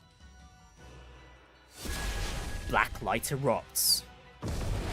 The thing looks up at the black spire that has suddenly risen before her. Beams of light pour down from the spire, and black thorns rain down like a storm. The thing swiftly evades the projectiles, but it's useless. There are simply too many of them. A beam catches her in the torso and sends her staggering. The attacks that had been spreading in all directions now concentrate solely on the thing. For the first time since inhabiting this body, the thing adopts a defensive stance. Beams of light and black thorns crash down upon her. After raining down attacks for a long while, the girl looks downward. The thing is on one knee, staring up at her. Die. Massive pincers, pillars, and drill shafts burst from the spire, all of them pointed downward. The thing looks up at the colossal black spire looming before her. She shifts her gaze to her own body, then back at the spire, and back to herself. Fury spreads across her face. At that moment, Leviathan comes flying out of the black spire. Stop! Enough. No more fighting! Bye. The girl points at the thing. Bad girl. Yes, the old queen is a bad girl, yes. No! Don't kill her! You don't need to do that! Leave the fighting to us. So just stop! All you have to do is sneak bites of grilled fish, hitch rides on us, and go for walks. Just snuggle up and sleep in our arms! You don't have to fight! She hurt you. Bad girl. We're fine. We're not hurting anymore. So don't. Let's just go. Oh. Let's go. Okay? Okay. Good girl. The black spire disappears and the 4 beasts are left floating in midair. Ziz! Yeah! Ziz's wings spread wide. She carries everyone and quickly takes flight. The thing watches them go with fury etched across her face. We almost died back there. Yeah, even after transforming. What was that thing? It looked like a pseudo-human. It certainly had the appearance of one. But it was unbelievably strong. What even was that thing? Even I, the ever-astute Bahamut, cannot say. Ma. That's the Rapture Queen's current form. Yes. Yes, you saved us. Thank you. I scold that girl. Yes, you did. Yes, you did. Only one. Yes, you No did. more fighting, though. Okay? No. Don't you dare do it. No. What the? Ugh! This kid is getting more defiant by the day. She's already in her rebellious You hurt phase. my sisters. I'll kill them all. Don't like you hurting. Don't like bullies. All the same, I don't want you fighting. Please? Okay. Maybe. Well, that's a step forward at least.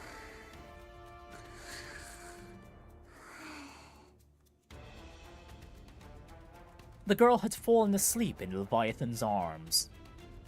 Leviathan looks down at her with a troubled expression. Levi? Yeah? Why are you telling her not to fight? She's so strong. She might have won that fight earlier. You're right. She is strong. Unbelievably so. Then, why? No parent wishes to see their child fighting. Oh, well, I guess that's true. But there are times when fighting is the only solution. At least to protect ourselves.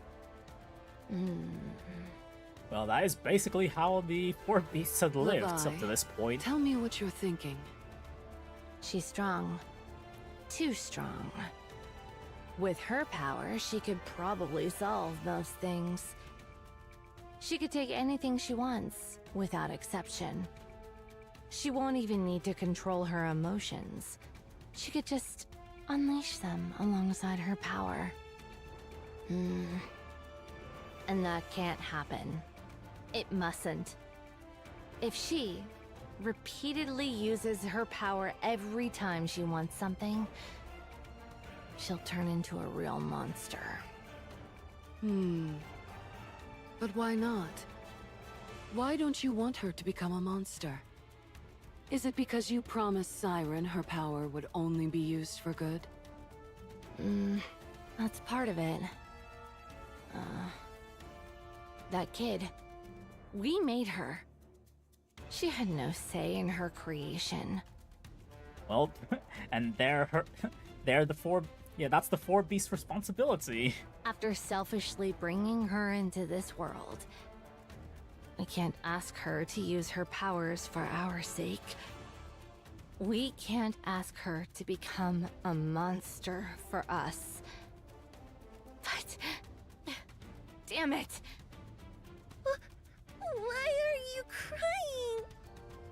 I didn't want her to fight. I don't know if we're even capable of it. But I wanted her to live in a world where none of that exists. She's the child we created. I want her free from all of that. I just wanted her to live happily. But in the end...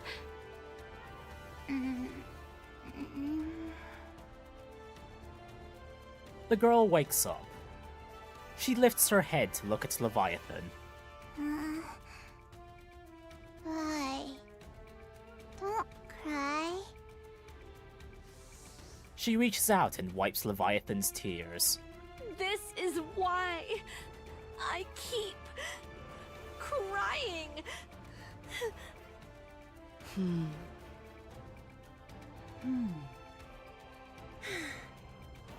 The child will grow up right.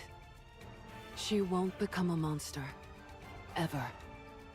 Yeah, we can do it. Let's make sure of that.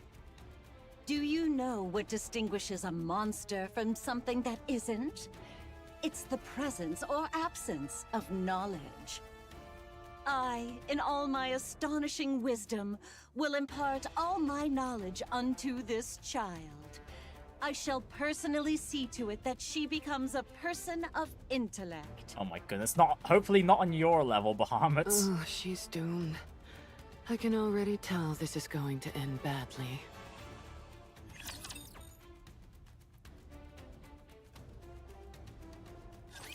Keep thy eyes wide open.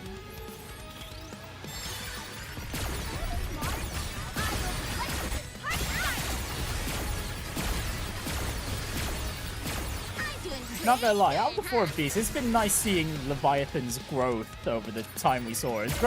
It's probably one of the few good things we got out of the 4 beasts arc.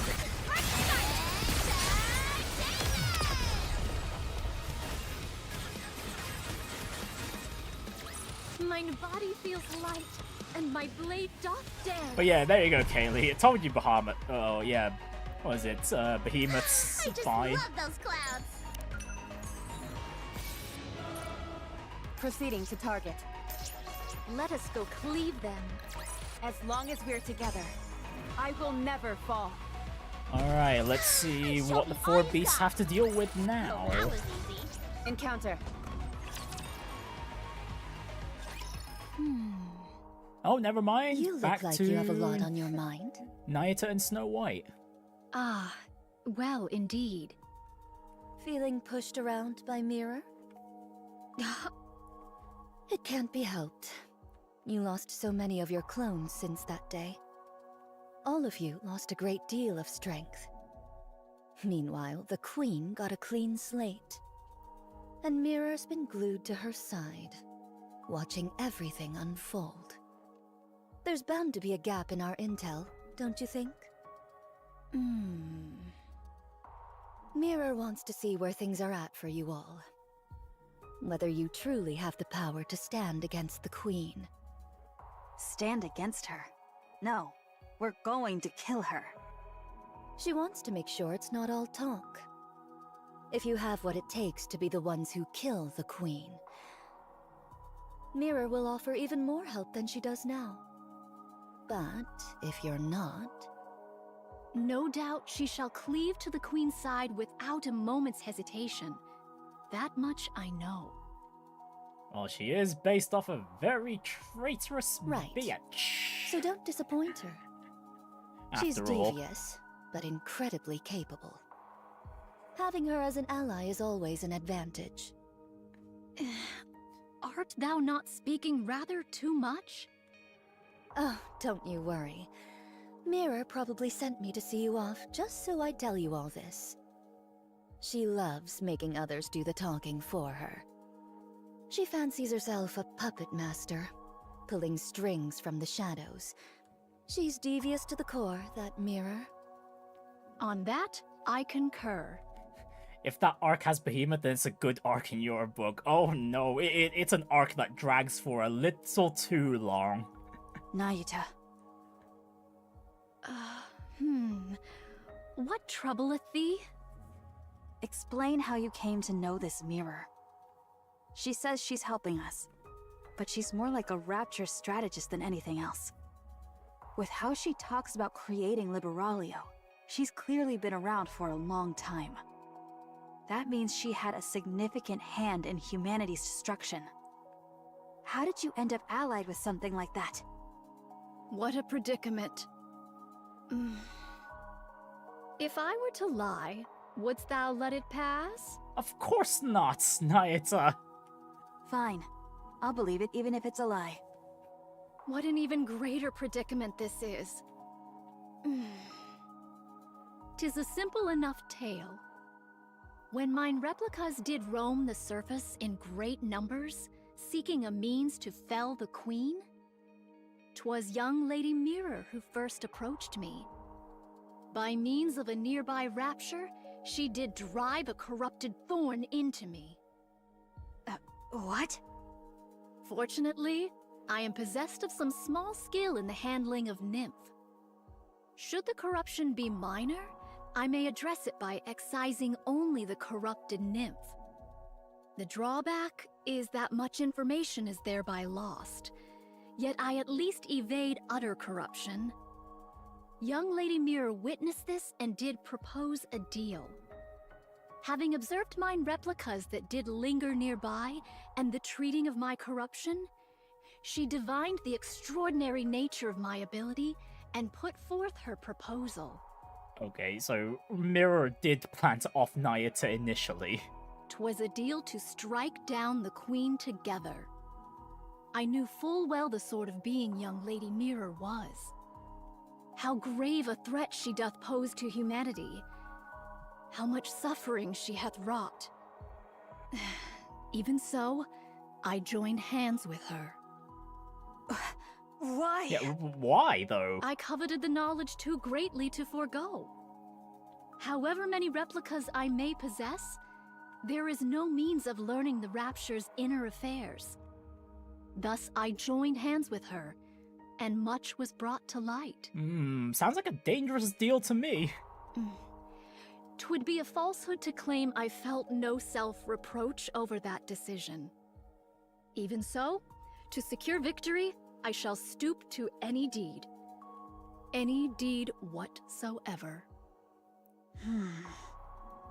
I had thought thou wouldst speak of the path to victory, yet thou dost refrain. How unexpected. And are you sure you're okay? Very well. I respect your decision. Many thanks. We're here. There's an underground tunnel from this point that'll get you out quickly. Stay safe.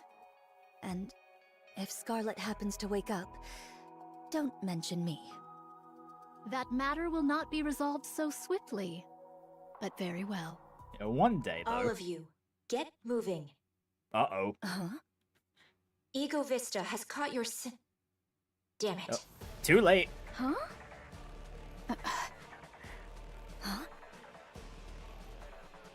Alright, guess we're seeing another one of the new heretics. Right. The sound of something tearing through the air echoes from the distance and rapidly approaches. What sound be that? This complicates things on so many levels. Let's evade for now. We can't exactly run from something if we don't know what it is. Just run.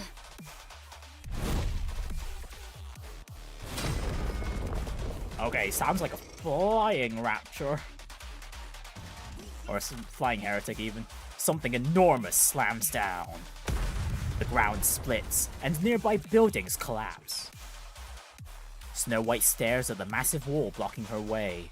A towering wall, smooth and flat.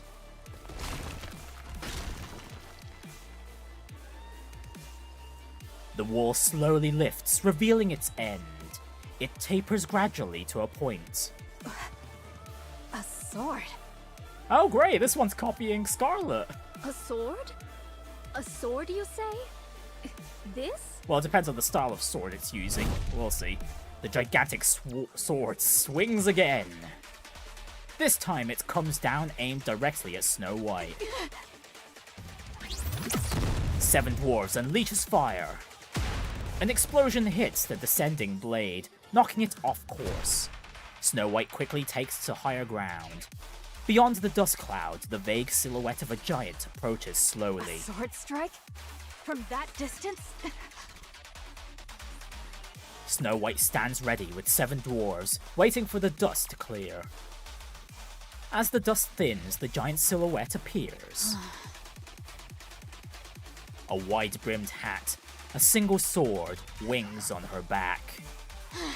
Oh, okay, this one's copying Scarlet and Isabel. That's a terrifying combination. Snow White stares vacantly at the form, an unmistakable imitation of someone.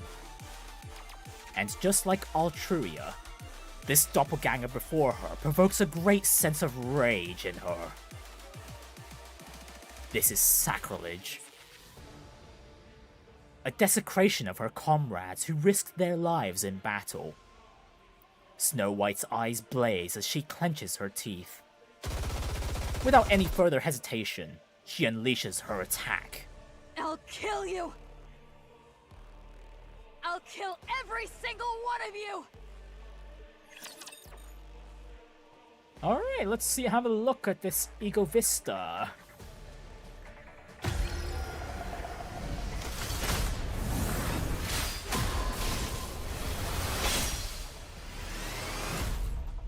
Oh, kind of reminds me of the Final Fantasy X version of Yojimbo.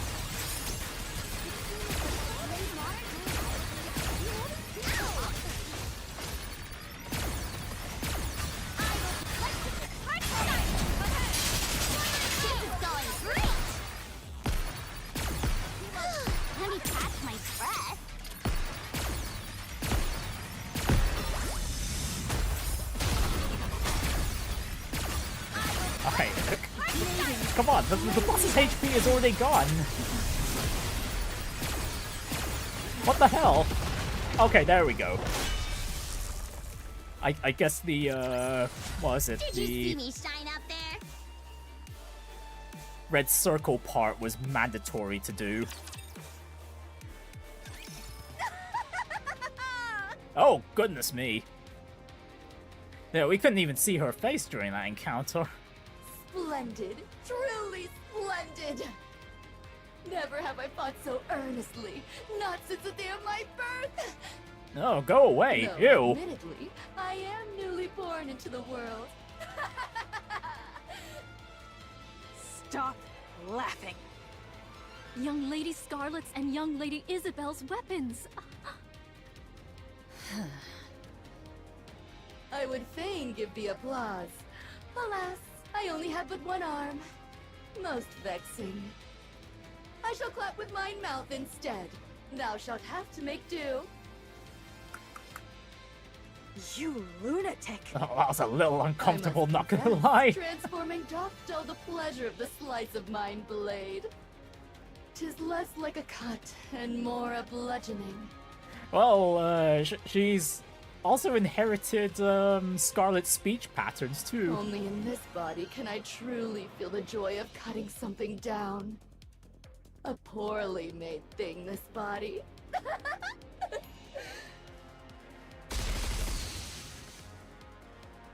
Snow White fires a barrage of missiles. Oh. Ego Vista's arm detaches.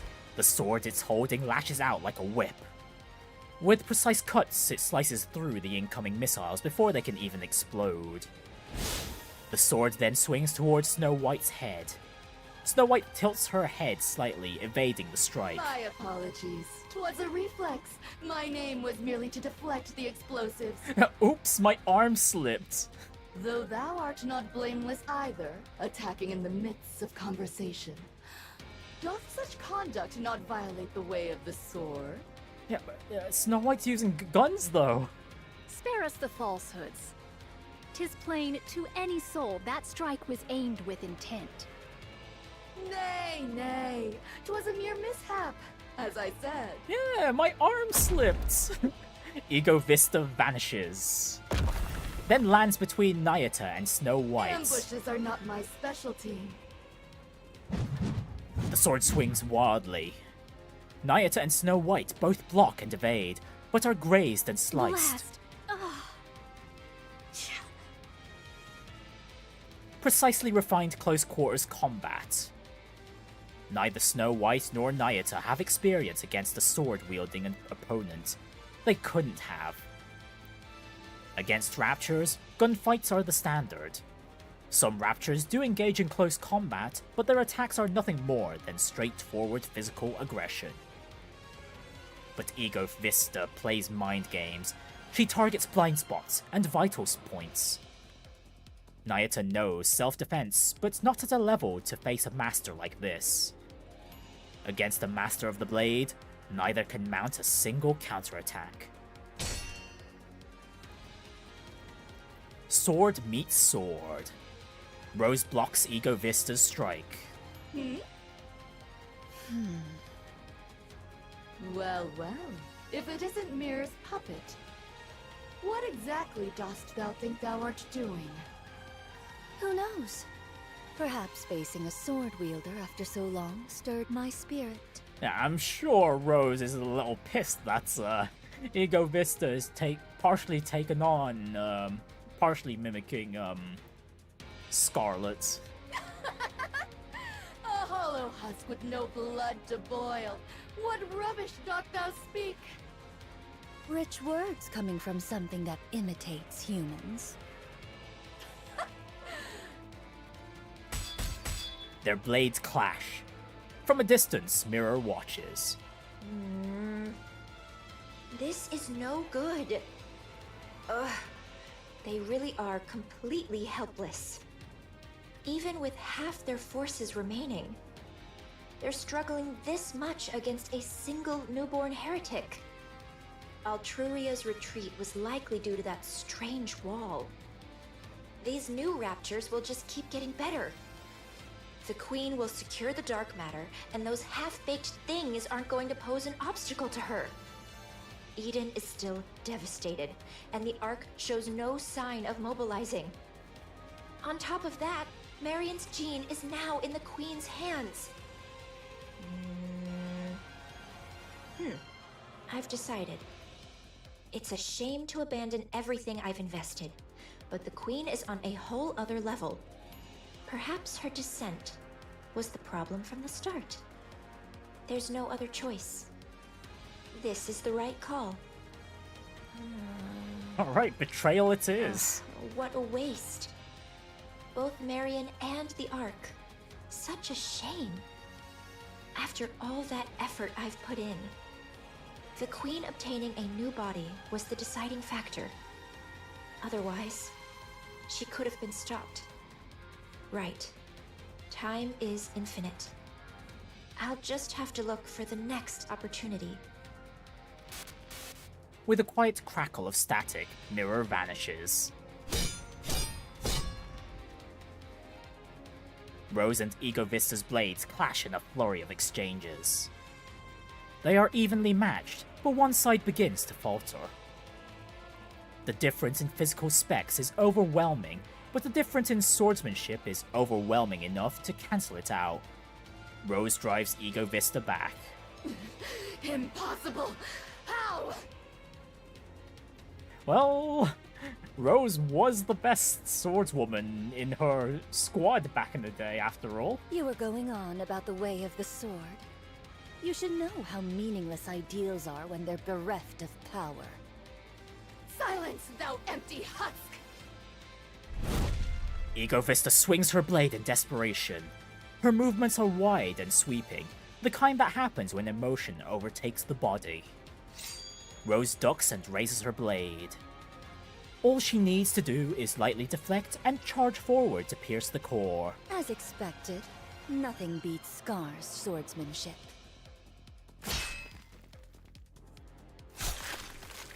Ooh, that was quite visceral. Ego Vista's blade drives deep into Rose's upper body. Rose collapses. A pity. Oh, never mind, Ego Vista had a trick up her sleeve. The sword was too worn, too frail to endure my strikes. That it should end thus, I find it nothing short of regrettable. Snow White levels her gun at the stunned Ego Vista. She glances towards Nayata to call for backup, but sees her staring into the distance, her face frozen in horror. We are undone. Just as I feared. We ought not have joined hands with an outsider. Snow White follows Nayata's gaze. Dozens of glowing red orbs of light hurtle toward Nayata. Mantra! A thunderous roar echoes in the distance, sending vibrations rippling through the air. The sound slowly draws closer.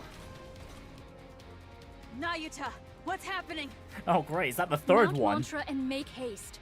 Retreat, I say. Nayuta!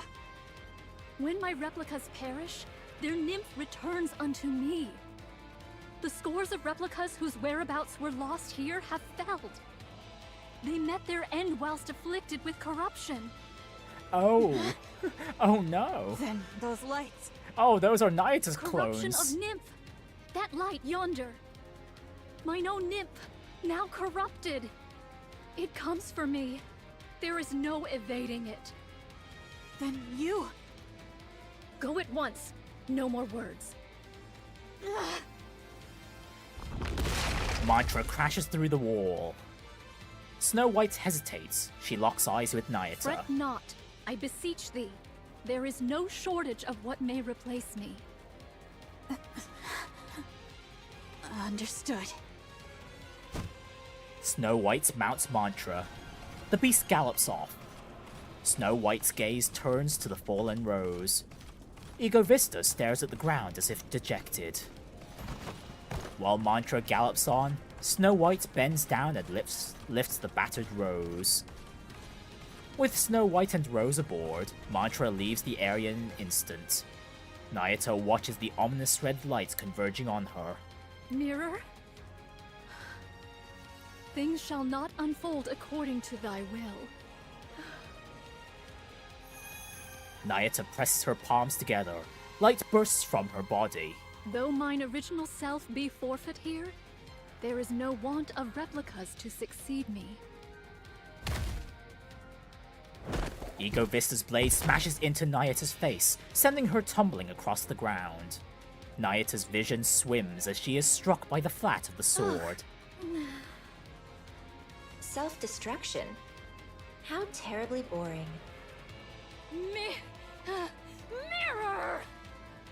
I've had my eye on you for quite some time. Oh, come on. Why, Nayata, why did you trust this girl? There's no better material for a puppet than you. I've always coveted you for that. Ah, I should mention about your clones. I've already taken care of them, in case things came to this. Injecting corruption directly into your body would be pointless. You would only cure yourself. But even you cannot withstand this much corruption being planted in your nymph. Traitorous scum! Don't look at me like that. I believed in you, and cooperated with you in good faith. But I'm simply too disappointed. Please know that my feelings were genuine before. Totally. Vile wretch! I swear I shall! Sorry, but you should know. I'll do whatever it takes to win, too. The red lights enter Nayata's body. She struggles, but goes still after a moment. A short time passes. The red-eyed monk rises to her feet. How do you feel?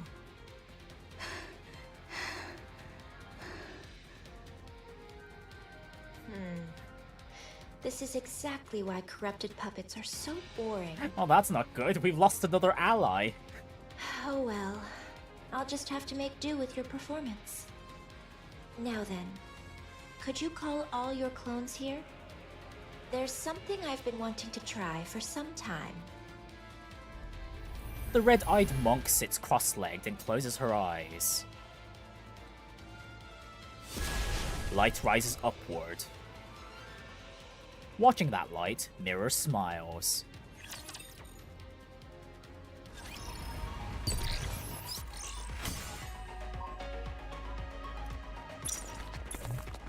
Alright, we've got We're us gonna head proceed back to the forthwith. Ark. The chapter's not done yet.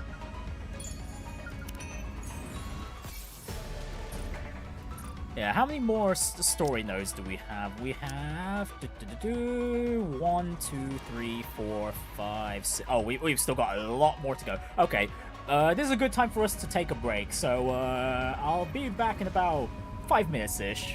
So make sure you guys like take a break too. I'll see you guys in a bit.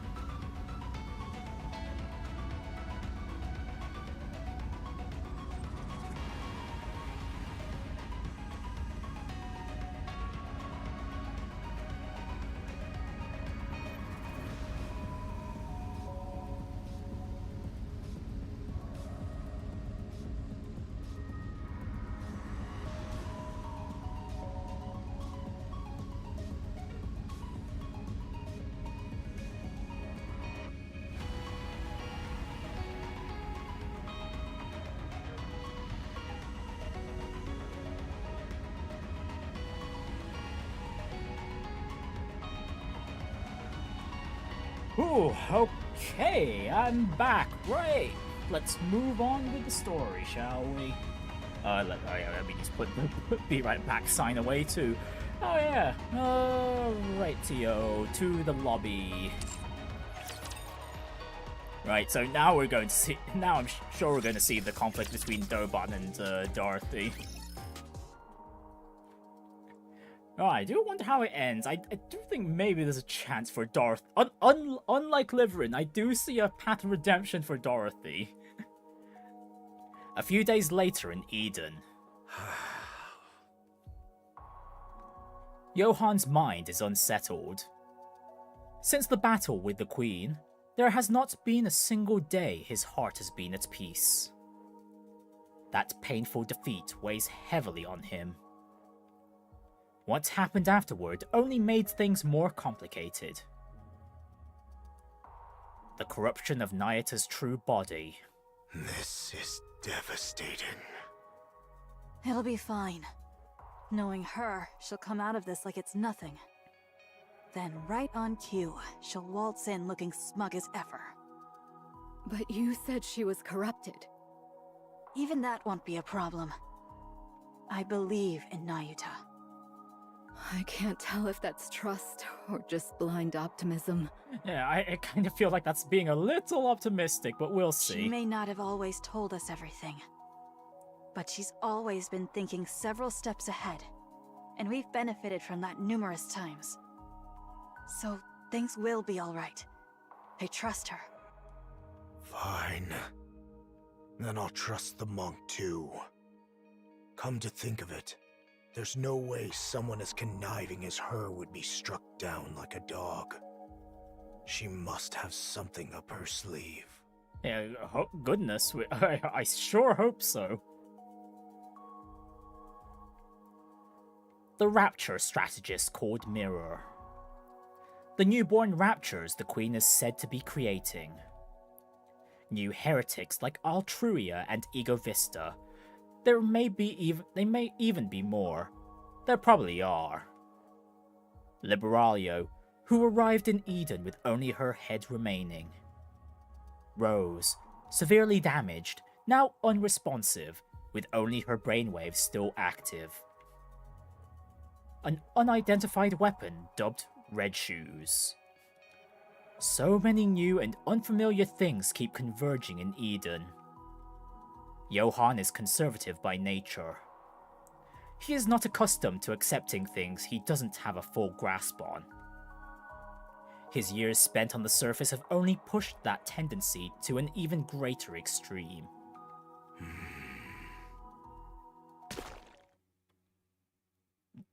Johann steps on something. He frowns and slowly lifts his foot. A sticky black liquid stretches between his boot and the floor. Okay, so the four beasts made it seems. Johann's head hurts. He is afraid to open the door before him, but he can no longer ignore the noise coming from outside. After taking a short breath, Johann opens the door.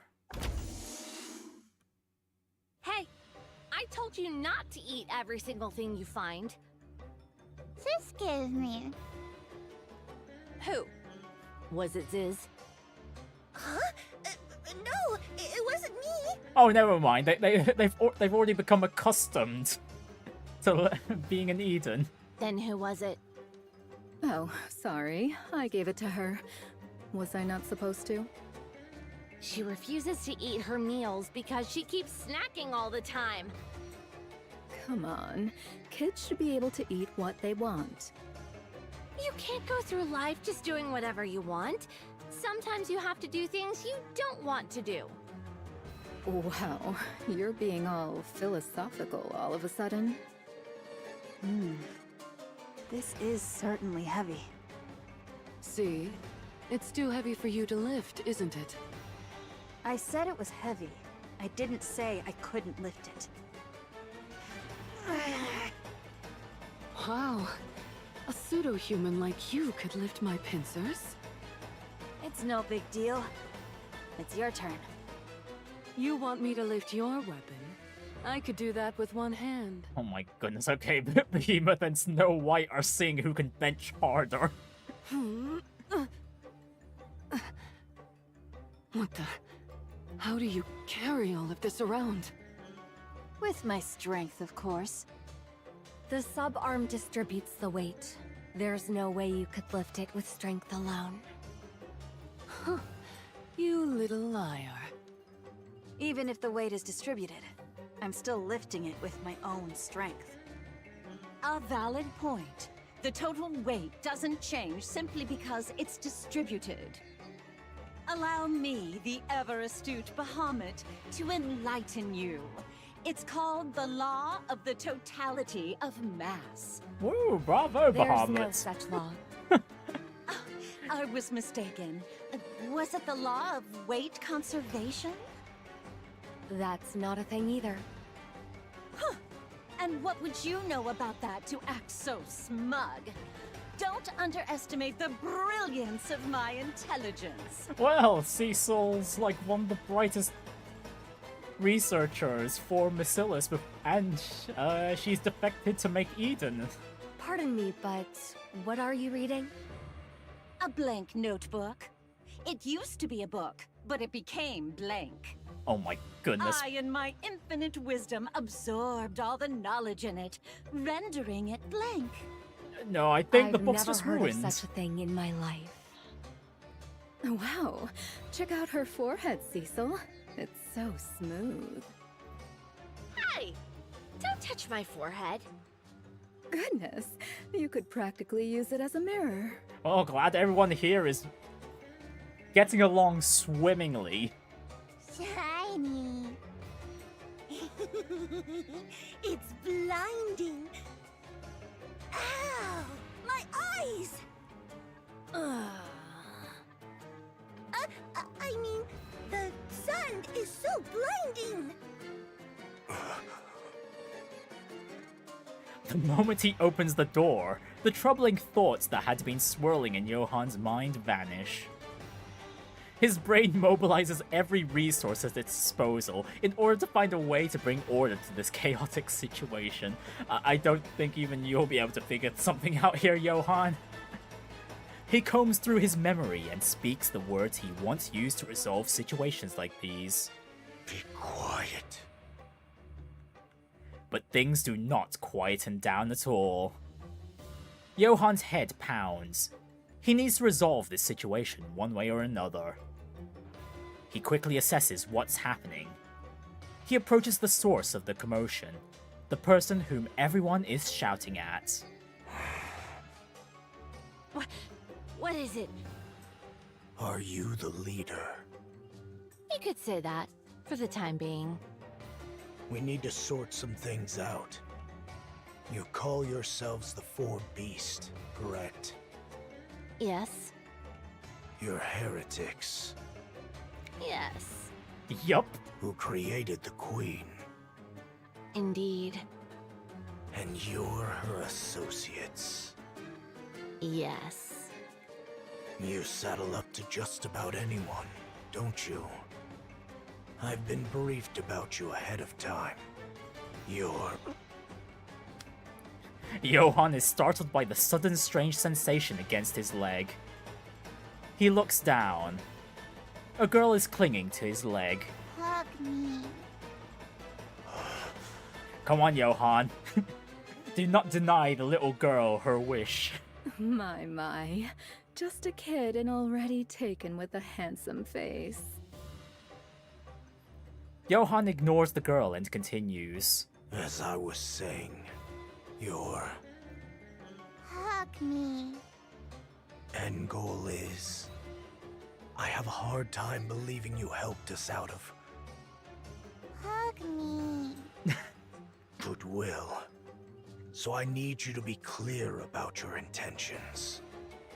You're aware of who we're going up against. Hug me. Come on, Johann, hug her! Johann bends down and lifts the girl up. He holds her out to arm's length and looks at her. Hug me. I don't know how I'm supposed to hug you. You just wrap your hands around her! Just wrap your arms snug around her.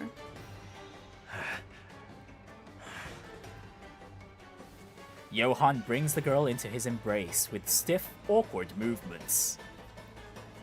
She falls asleep almost instantly. She's asleep. You're right. She'll sleep in just about anyone's arms. Do I have to keep holding her like this? Yes. If you put her down, there will be hell to pay. What do you mean by that? She'll cry and scream and all that. How long do I have to stay like this? Until she wakes up, silly. Probably until she wakes up.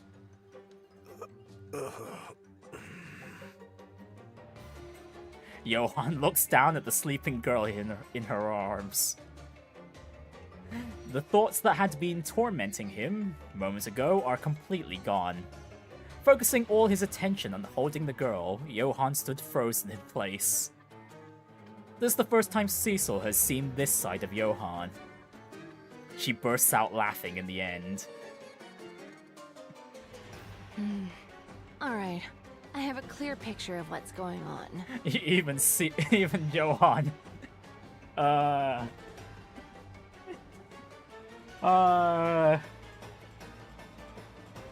Just has to be delicate with the situation.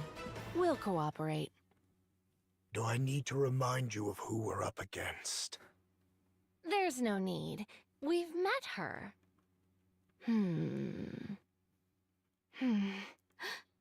So, that was the queen? No wonder. What would happen if we leave her alone? I have no idea at all. According to Snow White, she's establishing a new faction. Which means they intend to create a world of their own. Any notion of coexistence is just a pipe dream.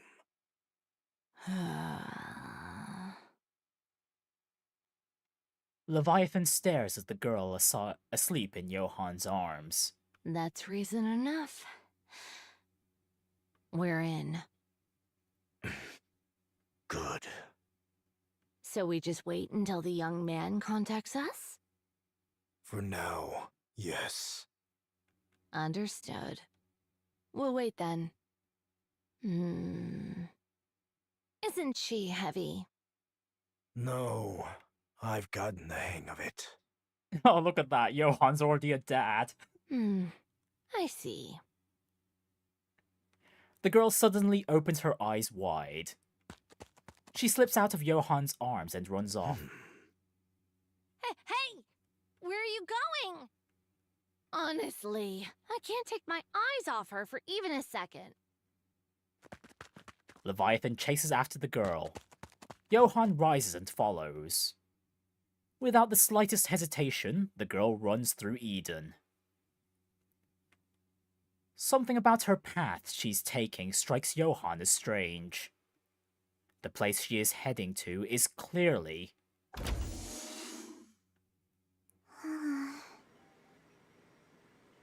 The girl quietly stares at Marion, lying there as if asleep.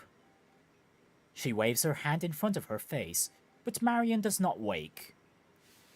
She reaches out and places her hand on Marion's chest. No heartbeat can be felt. The girl takes a step back, and places her hand on her own chest. She feels 2 heartbeats. The girl continues to stare at Marion. Oh, is that how Marion's gonna come back? the new queen's going to help Marion out. Alright, and downtown area of the Ark next. Fire! Oh, here's the conflict.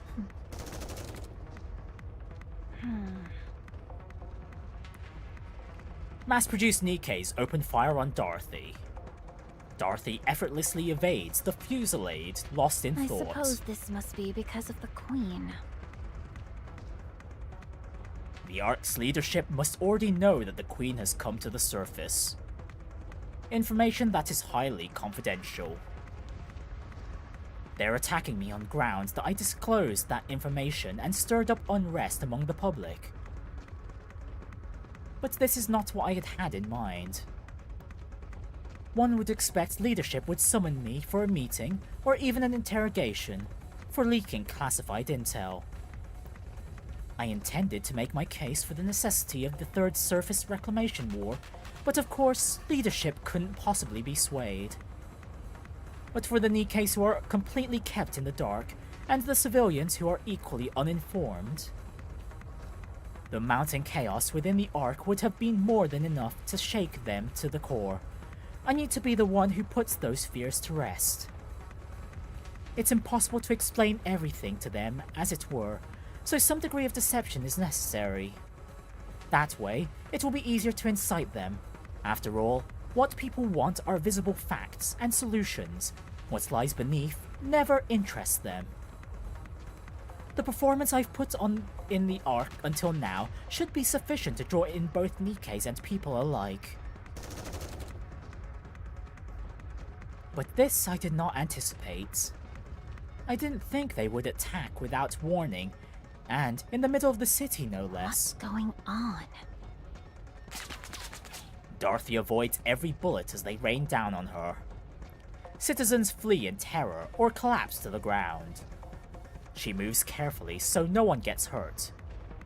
Any casualties will prove fatal to her plan. Even the slightest association to what is going on would be just as fatal. You little rat! Where are my damned reinforcements?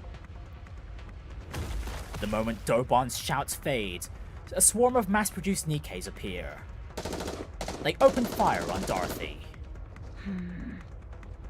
This could go on forever. Dorothy dashes forward. Weaving the hail of bullets, she charges towards the mass-produced Nikkes spread into formation. She does not draw her gun. Instead, using hand-to-hand combat, she takes them down one by one.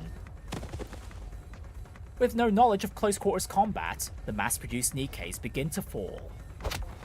Dorothy keeps dropping them without pause. Damn pilgrim! Deputy Chief Doban. Oh, so you know who I am. Information on the Ark's Commander-in-Chief and Deputy Chiefs is kept well hidden. With the exception of yours, so it left an impression. Given the low security clearance, I assume you aren't anyone of significance. Am I right? He is not. I don't believe we've formally been introduced. Have we met before? Like hell we have. Then, do you hold some personal grudge against me? It's nothing personal. I'm acting on behalf of the Ark. What did you say? I've known about your little scheme all along. I won't let you have your revenge on the Ark. Revenge on the Ark? What on earth are you... You're part of the Goddess Squad. And you're the acting leader, Dorothy. Well, she was. That's right. You must want revenge, don't you? The Ark should have been yours, and yet there's no place for any of you in it. But I won't allow it. But as long as I, Deputy Chief Doban, am here, you won't have your revenge on the Ark. You... How do you know any of this? Seeing Dorothy's reaction, Doban becomes certain. This is it. This is real. With this, he can make a name for himself. So he says, but this was such a brash maneuver. Doban was born in the Outer Rim. He was raised by a father who dealt with the stress of a difficult life by beating him mercilessly. To this day, he's unsure if that man was truly his father. Perhaps that was simply what he wanted to believe. One day, while living hand to mouth as a collector, a central government soldier showed up in Ephialtes. Everyone groveled before the soldier and obtained food and money in return. Doban polished the soldier's shoes out of curiosity, and the soldier gave him money. It was a large sum that would take 3 months of work to earn, but he turned down the money. Instead, he smiled and claimed he was only doing this because he enjoyed it. The soldier took an interest in this young boy from the Outer Rim, one who expected no compensation. The soldier stayed in Ephialtes for a month, putting Doban to work as his errand boy. Doban served the soldier wholeheartedly, and on the last day, the soldier said to him, "Come to the Ark and serve me there." And so Doban received an identification chip from the soldier and headed for the Ark. 1 month was all it took. The identification chip that everyone in the Outer Rim could only dream of had come to him, simply because he served an unnamed soldier for a month.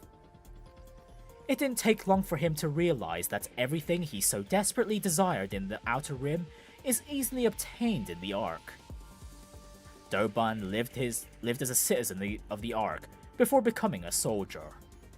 One day, an opportunity arose for him to tour the Outer Rim, which he accepted without hesitation.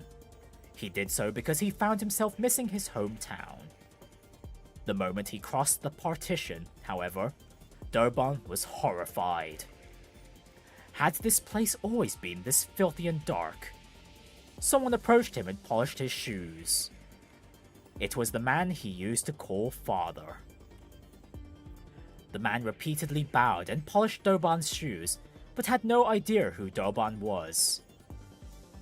Doban ground the man underfoot, then fled to the Outer Rim.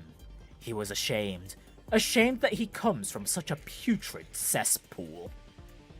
He desperately despised himself for ever considering that place home, and for missing it even briefly. From that day on, Doban became vitriolic in his disdain for the Outer Rim. He believed that if the Outer Rim disappeared, his shameful and disgusting past would disappear along with it. He proposed a policy targeting the Outer Rim to the central government. The policy called for isolating the Outer Rim and designating it as a dumping ground. The central government approved the proposal and gave Doban full oversight. From the central government's perspective, the Outer Rim had always been a headache, but abandoned or not, it was still a place where people lived. But the policy Doban presented treated the Outer Rim as a place bereft of inhabitants. If things went wrong, all blame could be pinned on Doban. From the central government's perspective, there was no reason to refuse. The Outer Rim began to turn into hell. Doban soon gained recognition for his role in resolving such a troublesome matter and rose to a high-ranking position. From then on, Doban directed all troublesome and unsavory matters into the Outer Rim. The place descended further into hell. Meanwhile, the quality of life in the Ark continued to rise. As a result of this repeated cycle, Doban rose to the position of Deputy Chief. He felt on top of the world. That someone like him from the Outer Rim could rise all the way to Deputy Chief. It felt like a dream. But that was where it ended. With the Ark stabilized, there was nothing left to dump in the Outer Rim. Whenever problems arose in the Ark, he engineered it to appear as the Outer Rim's handiwork, only to be repeatedly foiled by the Underworld Queen and Exotic. He hears whispers behind his back. He's accused of selling out his hometown for a promotion, and now that he's without a scapegoat, he's powerless. Doban begins to grow anxious. He had a dream to make the Ark his own personal fiefdom. The thought of an Outer Rim native standing atop the Ark filled him with unbridled joy. But he had no way of getting there. Save for his capacity for inhumane methods, Doban had no real talent. His standing naturally began to erode, and nobody acknowledged his worth. He was excluded from important meetings, and he was not assigned a Nikke to his name. He concluded that both his position as Deputy Chief and his place as a soldier and citizen of the Ark were at risk if things continued. He needed to prove himself, but he was incompetent. That was when the pilgrim, Dorothy, arrived in the Ark. He found it suspicious that the timing was too conspicuous. Doban became certain Dorothy had ulterior motives and began investigating her. When Dorothy left the Ark on an exploration mission for the Utopia, he went so far as to plan to bug on her to find out her motives. However, he learned nothing of significance, and there was no information about Dorothy anywhere in the Ark either. A Nikke without records shouldn't exist. After exhaustive inquiries, Doban uncovered the existence of the Forbidden Library. His position as deputy chief made that a possibility. Doban set out to comb through the Forbidden Library. However, the library's doors remained closed to him. Breaking in without authorization would be a death sentence, even for a deputy chief. Since there was no way to access the Forbidden Library, since there's no way access to the Forbidden Library would be granted to him, Doban was left stomping his feet in frustration. After days of lurking around the Forbidden Library, he spotted a Nikke scoping out the same area. Doban sensed that an opportunity would present itself in some form. And sure enough, something miraculous happened. There was a blackout in the Ark. Shortly after, the Nikke who had been loitering came sprinting out with a book in hand. Doban shot the Nikke in the head, stole the book from her and fled. Oh no! Oh no! Ah, okay. Poor Irie, damn. After reading everything written in the book, Doban let out a shout of triumph. All records from the Forbidden Library carry inherent credibility, so the contents of the book could be trusted. He became certain of Dorothy's intention.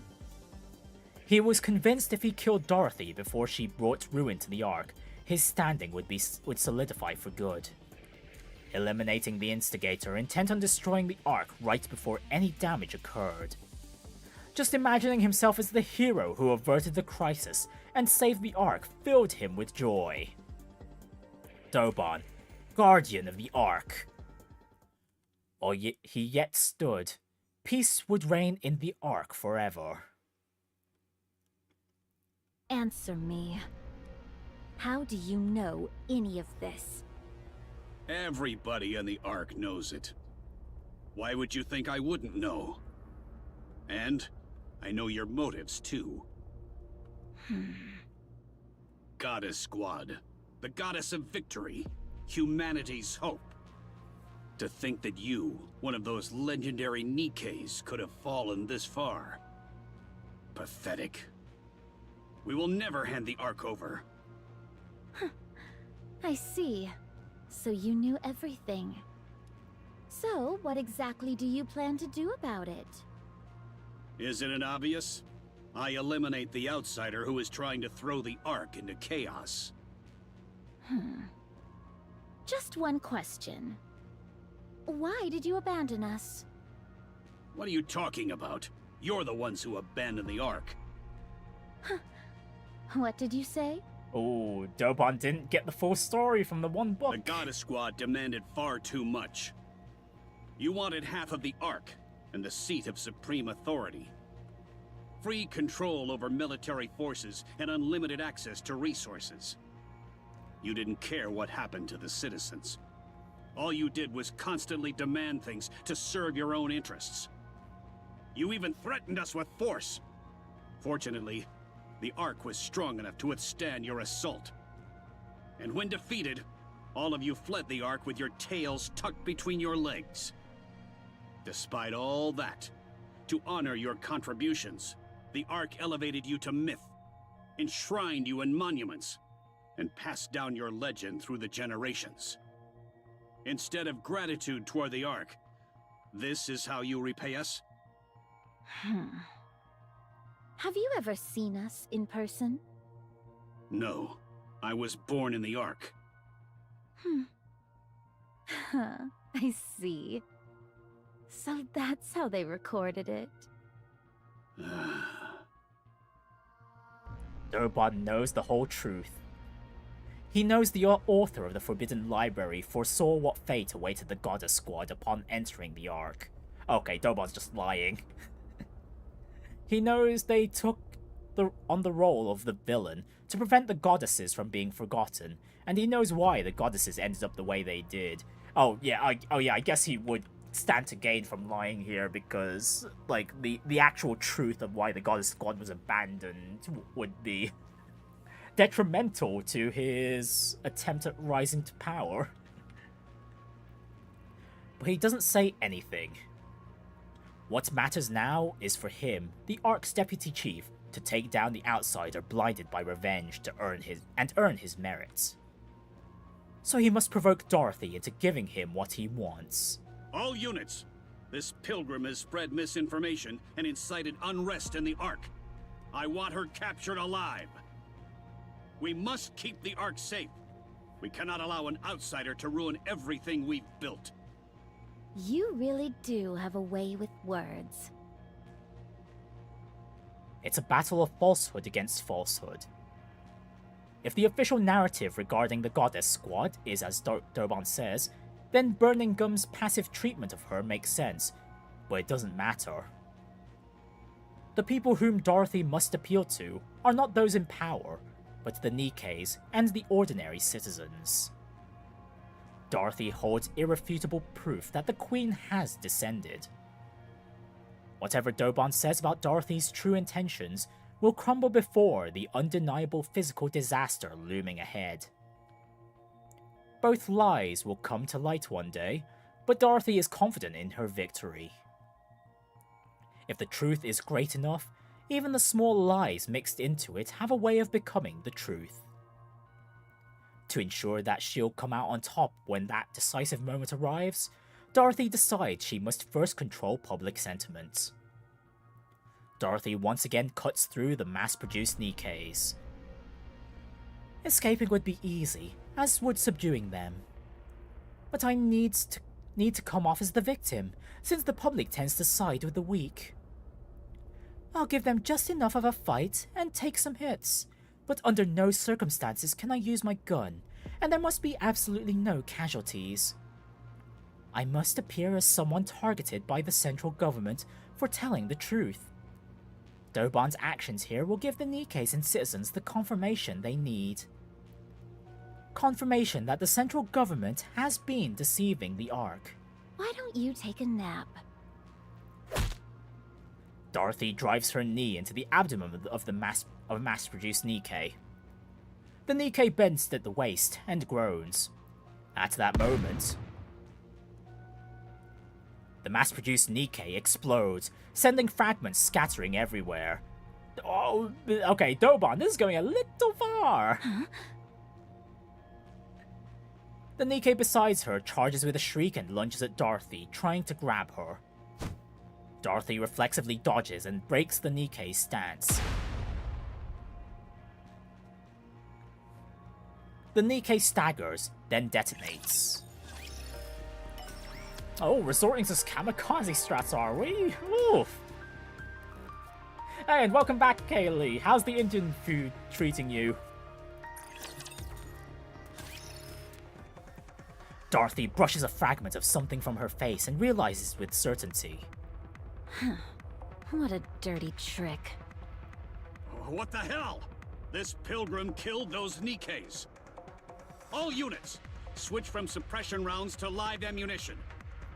This pilgrim has no intention of cooperating. Oh, sacrificing a few Nikkes there, are we, Doban? All the mass-produced Nikke simultaneously replace their magazines and fire at Dorothy. But the bullets are the same as they were before. Everything was just for show.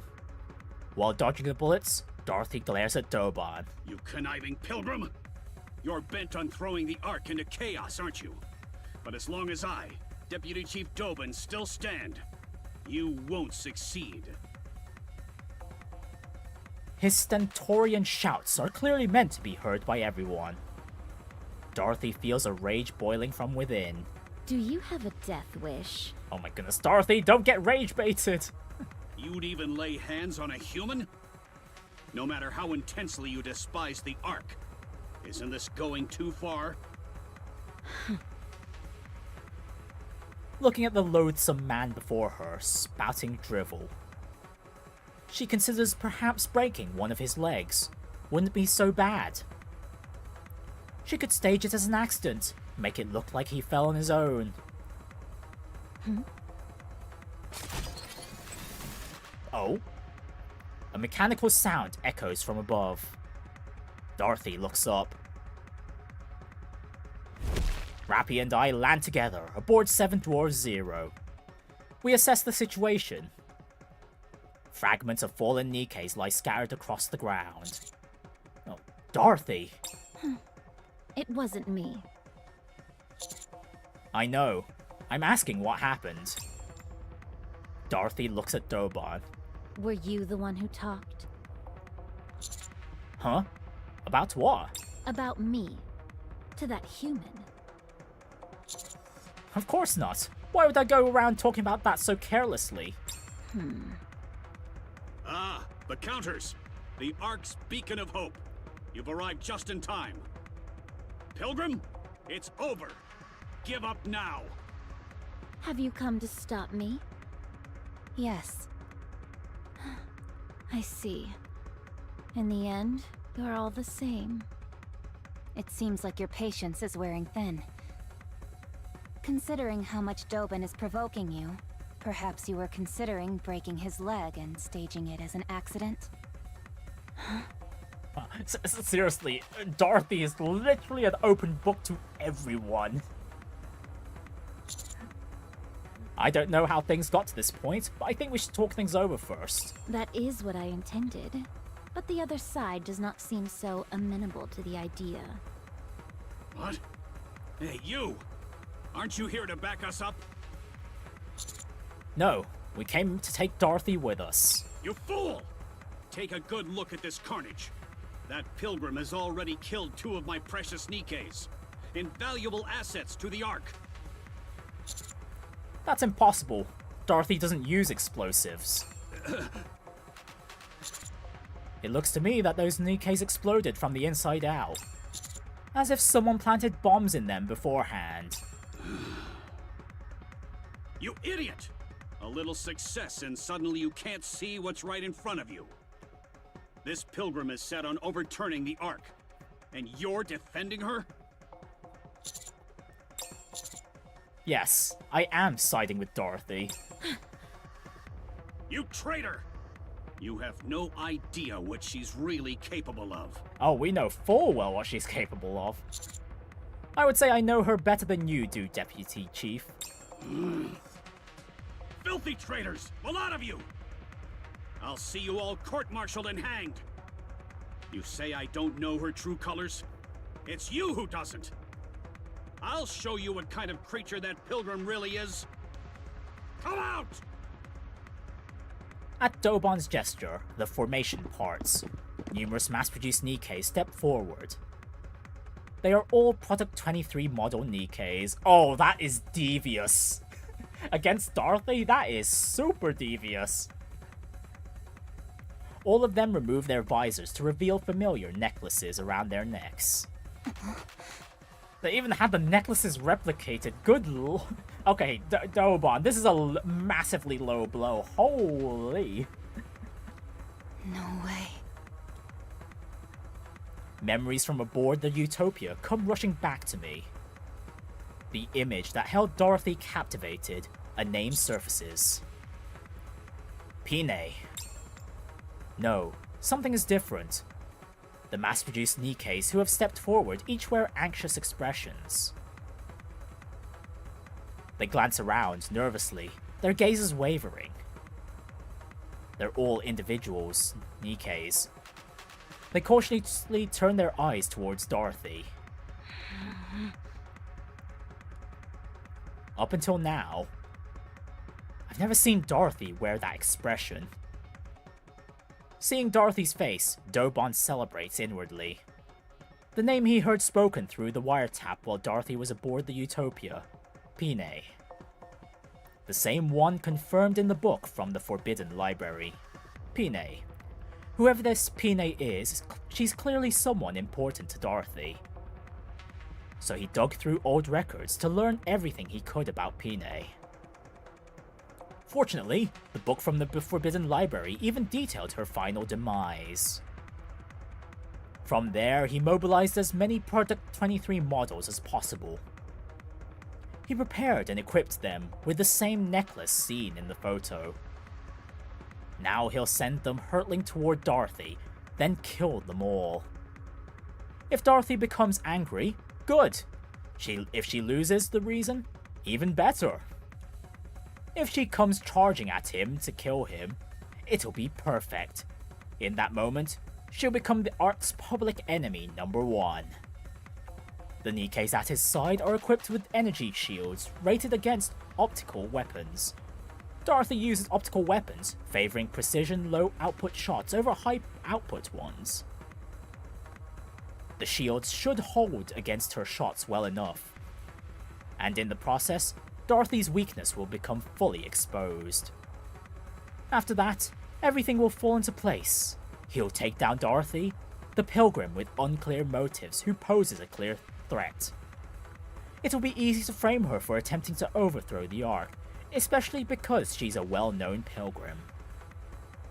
Then, Doban will be recognized for his efforts for saving the Ark from danger. He recalls Dorothy's reaction earlier. Drunk on the feeling of victory, Doban smiles for the first time in a while. Oh, don't celebrate too early, Doban. I don't fully understand the relationship between Prinny and Dorothy. Even so, one thing is certain. Prinny is more precious to Dorothy than anyone else. And the image of that very person is standing before her now. This is an act of desecration, a vile one at that. It is trampling with muddy feet into the sacred space of a stranger's cherished memories. Go. Yeah. Doban is literally performing this, utilizing the same tactics as the Queen, the Rapture Queen. A mass-produced Nikke resembling Prinny hesitates, then runs forward. She spreads her arms towards Dorothy and forces a smile. Dorothy stands frozen, staring blankly at the sight before her. The Nikke approaches. Dorothy. And they were planted with explosives too. Goodness me, that is so devious. Okay, Doban went a step too far there. And she explodes. Rappy! Rappy! Rappy! Roger. Putting a bullet in that bastard's head now. Subdue Dorothy! Dorothy draws her gun. She aims it directly at Doban. Rappy rushes in and grabs Dorothy's gun. Let go. Wait! Fall back! Roger. Let go, I said. 7 Dwarf Zero activates and Rappy withdraws from the area with Dorothy in tow. I glare at Doban. What do you think you're doing? Oh, we're ruining your quote-unquote perfectly orchestrated plan. Traitorous scum! How dare you protect the Ark's enemy? You don't expect your death to be clean. Oh, there's a threat. What? I run in the direction Rappy and Dorothy flew off toward. Anise, Neon, change of location. What? But we're almost there. Then where do we go? Head toward the hospital. I'll send you the exact location later. Okay. See you later, Master. I cut the transmission and break into a full sprint.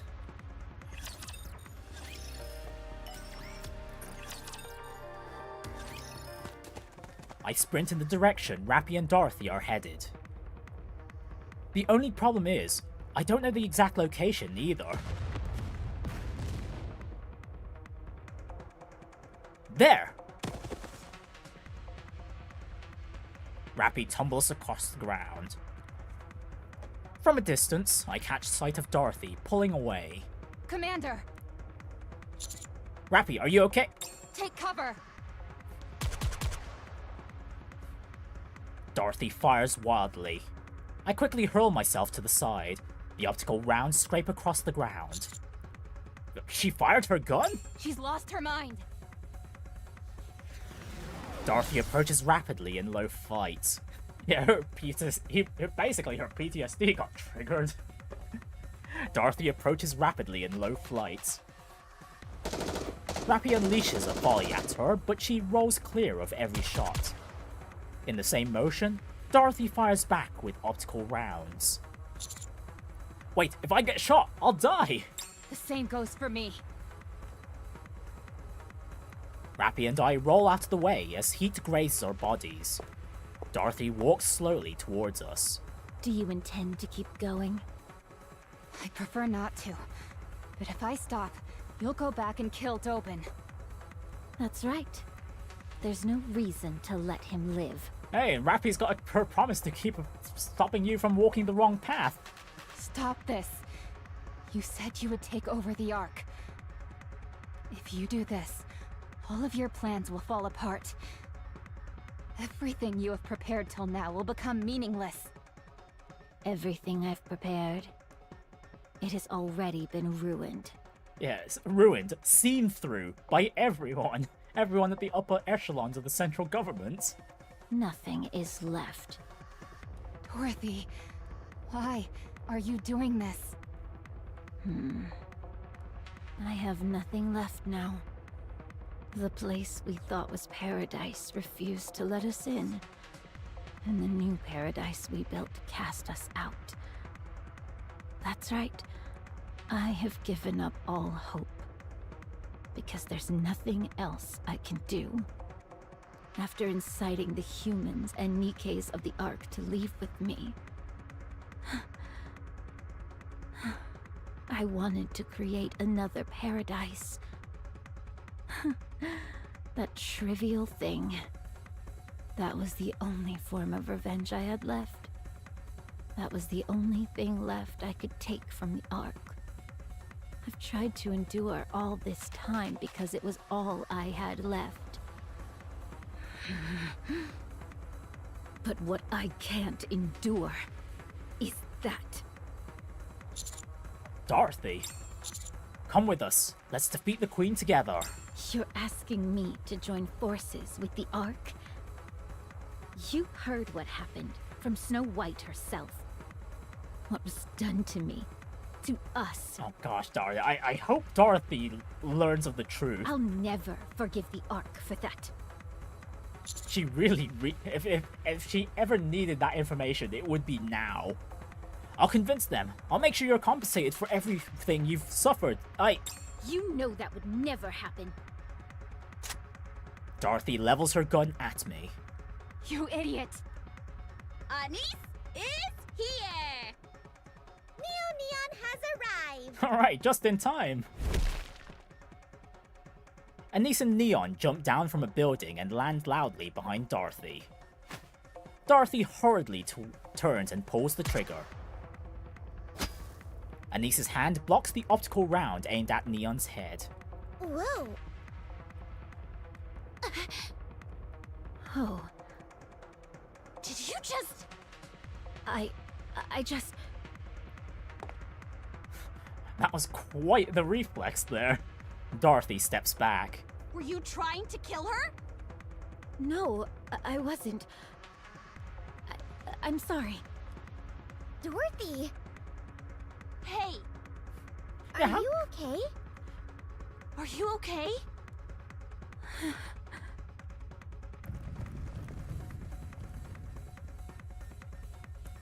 Numerous footsteps send tremors through the ground. Countless Nikkes are advancing towards us. At the forefront are Product 23 models. Well done, Counters. Hold her right there. Stop! Don't take another step, and don't even think about giving any orders. You son of a... Counters? We protect Dorothy. Roger. Got it. Firepower! Firepower! We face off against Doban's forces with Dorothy standing behind us.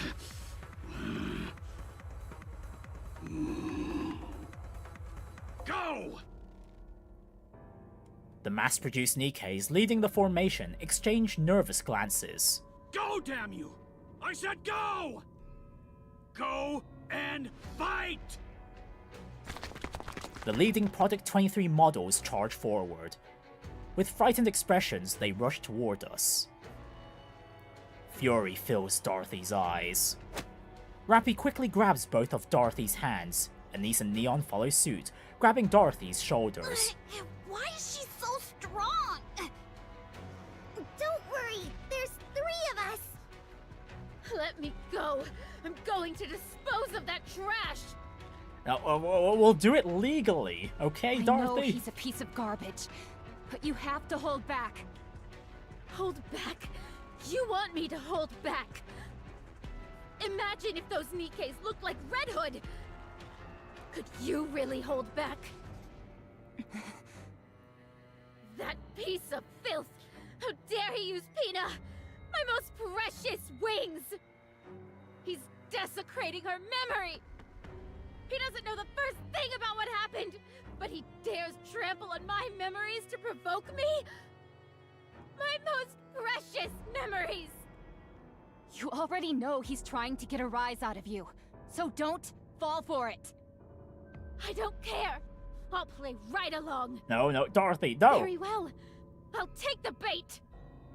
Were you being serious? Yes, I'm serious. Rappy releases Dorothy's hands.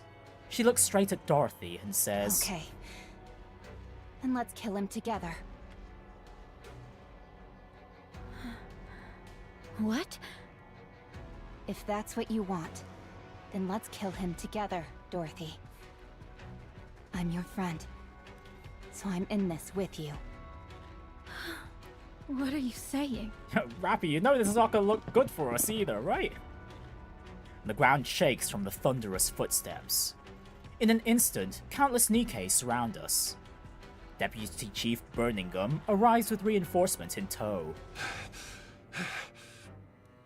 Everyone, stop.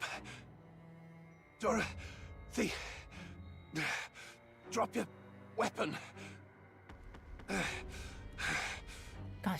Gosh darn Birmingham, you need to get out more. Birmingham! I said drop your weapon, Dorothy.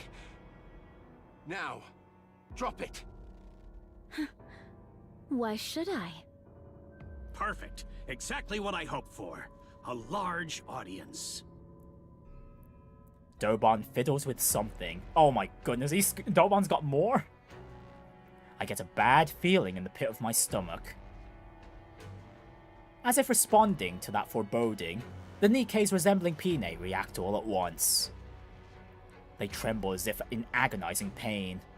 Moments later, all the mass-produced Nikkes have red eyes. Okay, they got corrupt. Okay, where the hell did Doban get the corruption? This corruption program from? Dorothy. Dorothy. Dorothy. Dorothy. Oh, that's another layer of despicable. Holy. Dorothy. They begin calling her name in metallic, distorted voices. Are they corrupted? Go on then, Pilgrim. Shoot. Isn't shooting corrupted Nikkes your specialty? This absolute piece of garbage. He really is setting up for himself up for the most gruesome death possible. Holy.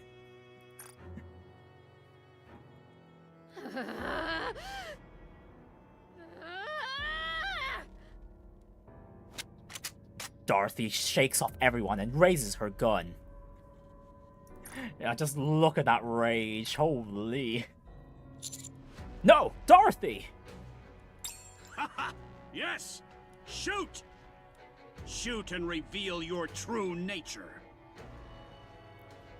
Several mass-produced Nikkes shield Doban. Doban laughs. It worked. She took the bait. Dorothy's gun trembles. She glares at Doban, her face filled with rage. Then... Ooh, straight through the head, and that was not from Dorothy's gun. A hole opens in Doban's head. Yeah, that was not the sound of Dorothy's gun. I'm gonna take a guess that it was Birmingham that made the shots.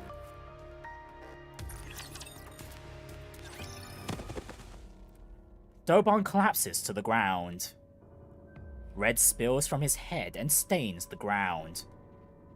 His body lies motionless. He dies instantly. Damn it. Chaos erupts. Nikkes and citizens alike scream. One of the Ark's highest authorities, a deputy chief, is Dorothy. dead. What have you done? It wasn't me. Yeah, I know it wasn't. Yeah, it wasn't Dorothy. It did. That was not her obstacle gun that fired. I turn my head. Smoke rises from Deputy Chief Burningham's gun. Deputy Chief? Enoch. The verdict. I will deliver my judgment. The mobilization of private forces within the Ark without majority consent of Ark leadership. The use of live ammunition within the Ark without majority consent of Ark leadership. The use of explosives within the Ark without majority consent of Ark leadership. The meaningless sacrifice of Nikkes in the process. Furthermore, the misuse of classified research data pertaining to corruption without majority consent of Ark leadership.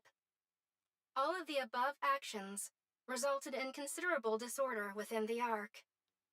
I hereby deliver judgment on Deputy Chief Burningham, Deputy Chief Doban, the party responsible for the aforementioned offenses, on the basis that Deputy Chief Doban's actions could have further destabilized the Ark's already turbulent situation, on the basis of the potential threat posed to the Ark by unnecessarily provoking the Pilgrim, Dorothy, an unidentified entity. Oh, go on. It's going to be not guilty, yeah? Furthermore, on the basis that Deputy Chief Doban held no meaningful influence over the Ark's current operations, I hereby rule Deputy Chief Burningham's summary execution of Doban a justified act. Woo! Please note that this ruling factored in the special circumstances of the situation being treated as wartime. Good. That's a relief. Yeah, thank goodness, because oh my goodness, Doban really deserved that. Honestly, he deserved worse. It's kind of surprising he got away. Well, he got off with a better fate than Liverin did. Burningham, who is drenched in sweat, looks at Dorothy. Dorothy stares back with a shocked expression. A real relief. Burningham surveys the Nikkes filling the streets, and the citizens watching everything unfold from a distance. Then he whispers to Help me put the Nikkes and the citizens at ease. What? Why don't you do it yourself?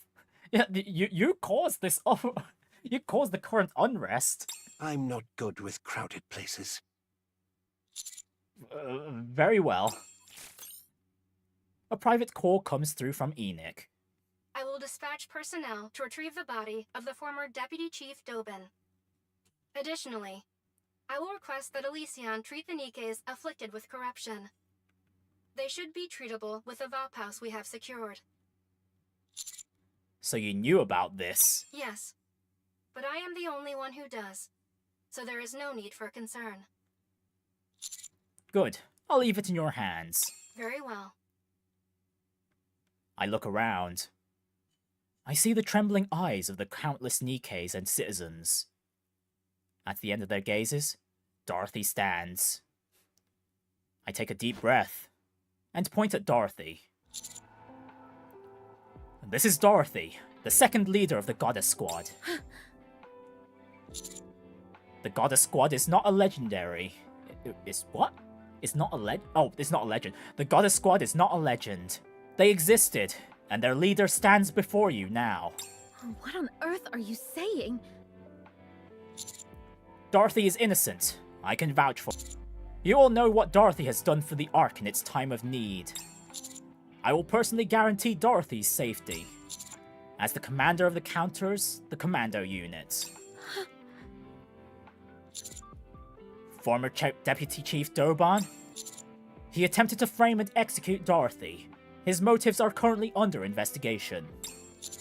His actions were no different from acts of terrorism, including the discharge of firearms and the planting of bombs inside Nikkes to use them as weapons. He was executed by Deputy Chief Burningham. Should I say more? Do I need to address what Dorothy, or what Doban said? As I mull these things over, my eyes meet Burning Gum's. He subtly shakes his head. This is all I can share at the moment. Further details will be provided in a statement from the central government. From here on, please follow any directives issued by the central government. Thank you. The commotion begins to settle. Dorothy. Who gave you the right to talk about me like that? I'll convince them. What? I'll convince them so that you can be compensated for everything you've been through. Just trust me.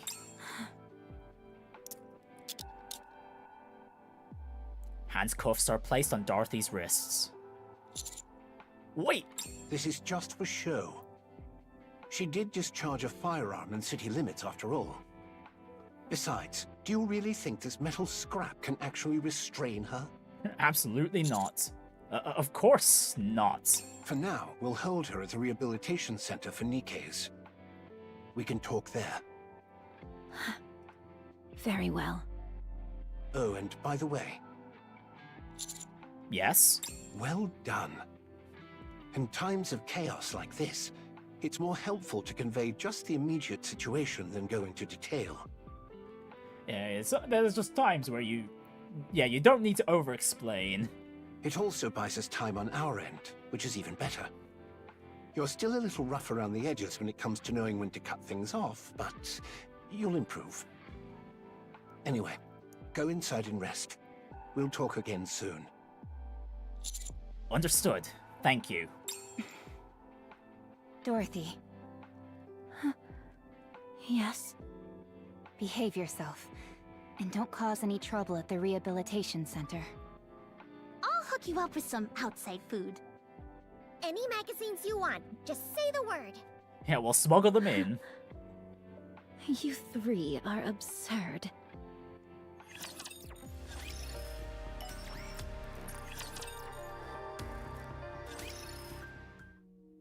Dorothy and Birmingham stare at each other.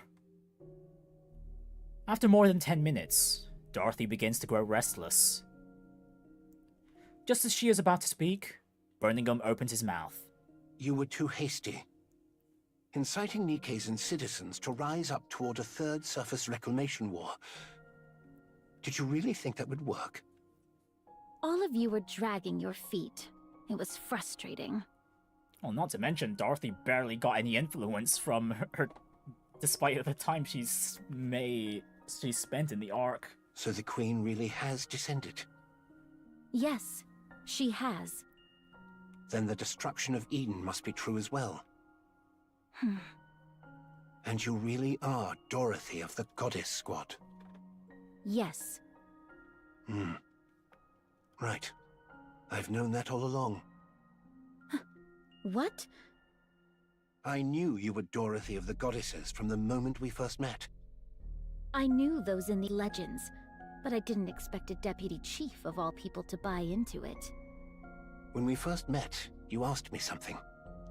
You mentioned someone's name and asked if I knew it. Oswald. He's my grandfather, although not by blood. Dorothy springs to her feet. You! Please sit. Causing a scene won't help anything. I'll explain. That would be wise. Yeah, that information about Birmingham's connection to Oswald was initially revealed in the Pretty Star side story. Near the ending of it too, even. Dorothy sits back down. I doubted you. I wasn't convinced that you were truly Dorothy from the Goddess Squad. I saw through your true intentions of either destroying or taking over the Ark early on. But I couldn't bring myself to dispose of you.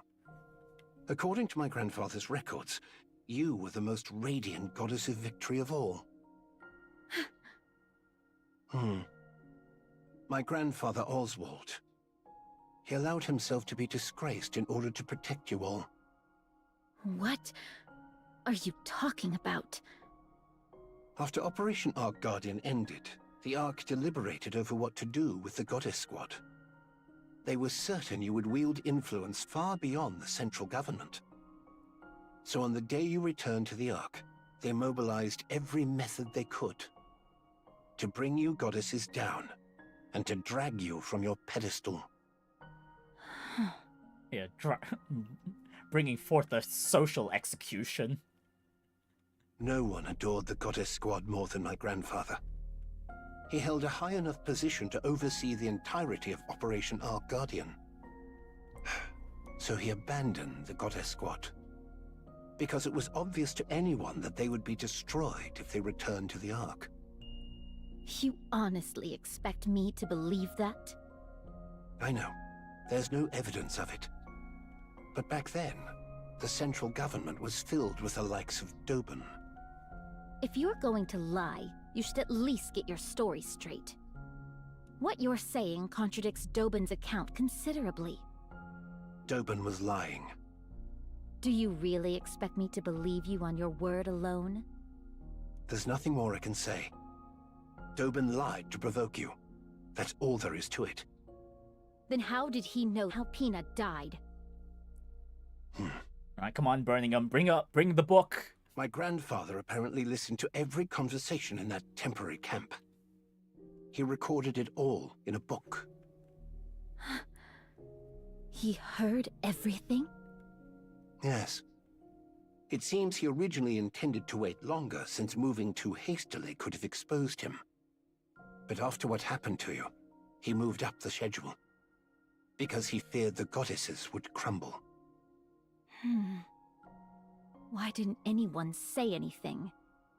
If what you're saying is true, why did he abandon us instead of telling the truth? Because even if he told you that entering the Ark meant you would be placed on trial, destroyed politically, and buried under false charges, you would still insist on coming to confirm it for yourselves. That was how deep your trust in the Ark ran, after all. If he'd told you that there was a problem in the Ark, and that he'd contact you later, you would never have left the Ark's entrance. Because your concern for the Ark ran that deep. From my grandfather's perspective, he needed a lie that was convincingly realistic. A lie that would keep you away from the Ark. Even if it bred hatred, rage, or a thirst for revenge. Even if it meant you would one day return to exact that revenge. He wanted to make sure you never wished to set eyes on the Ark again. Then why didn't he call us back afterward? The Ark had long been dominated by VTC, and VTC would never have tolerated your existence. There was nothing he could do, since they were too powerful. And Oswald grew too old by that point. So my grandfather filed a false report saying the Goddess Squad had deserted. Later, after VTC was destroyed, the situation improved. But too much time had passed at that point. There was no way to find any of you. Then that means you knew what we went through. You knew my true identity when I came to the Ark, so that means you knew of my objectives too. Then why did you stay silent? Did you want to humiliate me? As I said before, I doubted you. It was far too obvious that you would come to the Ark for revenge after being abandoned like that.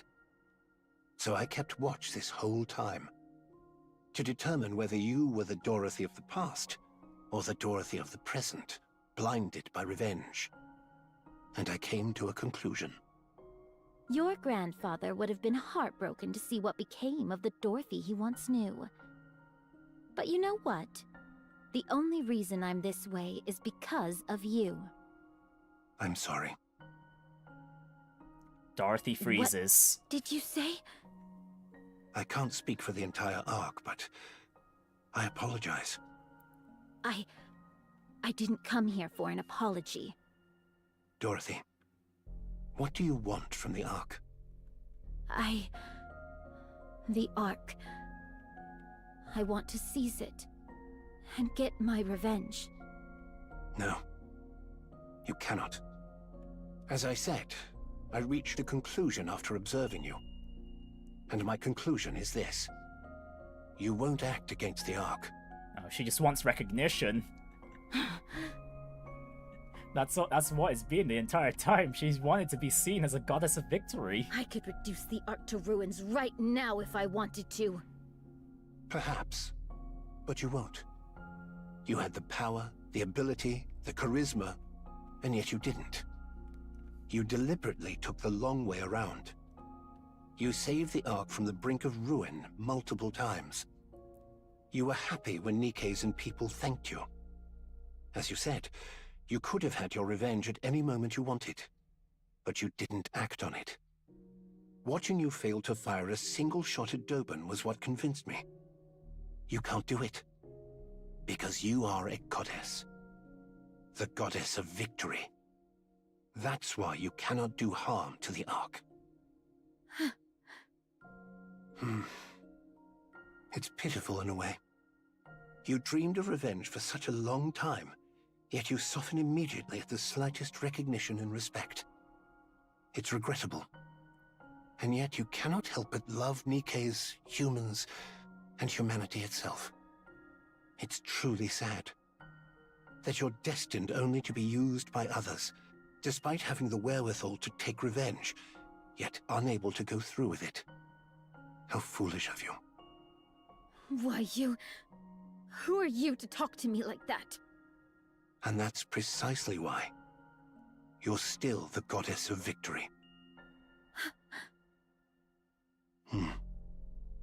I can't leave you like this. Actually, that makes me think, is Birmingham going to drag in Anderson as well? Because actually, would Dorothy meeting her former commander help out in this situation? Are you an enemy or an ally? If you are our enemy, we will strike you down. But if you are still our goddess of victory, the Ark will help you. Without fail.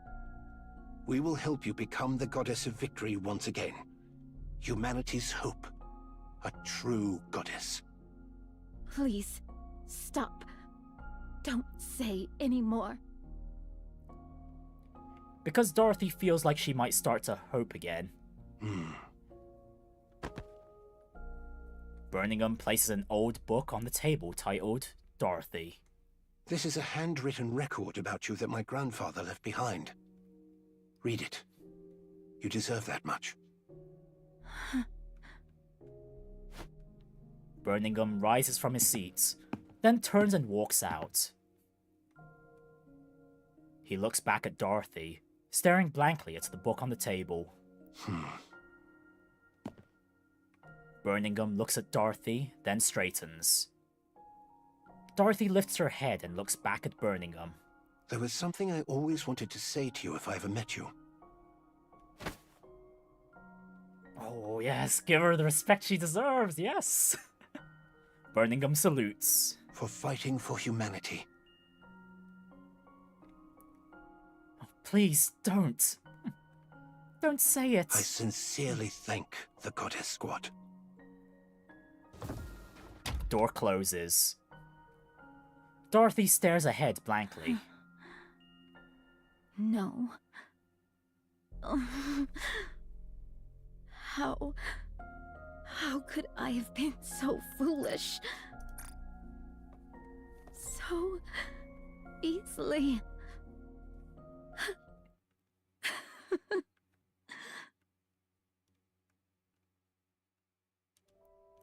That evening, Dorothy reads the book Birmingham gave her.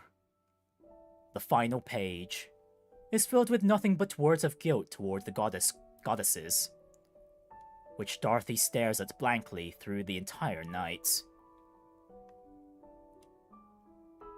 When morning comes, she hears that a high-ranking official from the central government has requested a visit. She doesn't want to go because it's certain to be an uncomfortable meeting. Oh, it's going to be Anderson. It's 100% going to be Anderson. Even so, she gets to her feet. Dorothy sits in a chair in the visitation room. Her visitor has yet to arrive. But Dorothy is relieved as she still wrestles with her feelings. A short while later, she hears the door opening behind her. Oh, welcome back, Mudkip. And what do you mean NTR, Arthur? There's no NTR going on.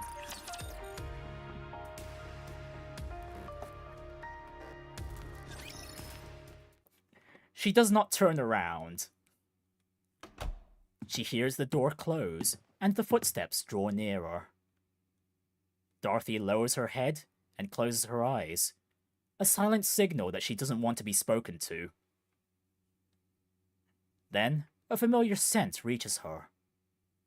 The scent of marigold. She hears a teacup being placed in front of her, and the sound of the chair across from her being pulled out and someone sitting in it. A brief silence ensues. Then the sound of tea being sipped from across the table is heard. Dorothy opens her eyes. She looks at the golden liquid swirling in the teacup. After letting out a short sigh, Dorothy reaches for the cup. Just as she is about to grasp the handle, a voice speaks from across the table. Nothing beats a good cup of tea. I see you're still as picky as ever. Dorothy freezes, and her pupils widen. She barely manages to lift her trembling head to look forward.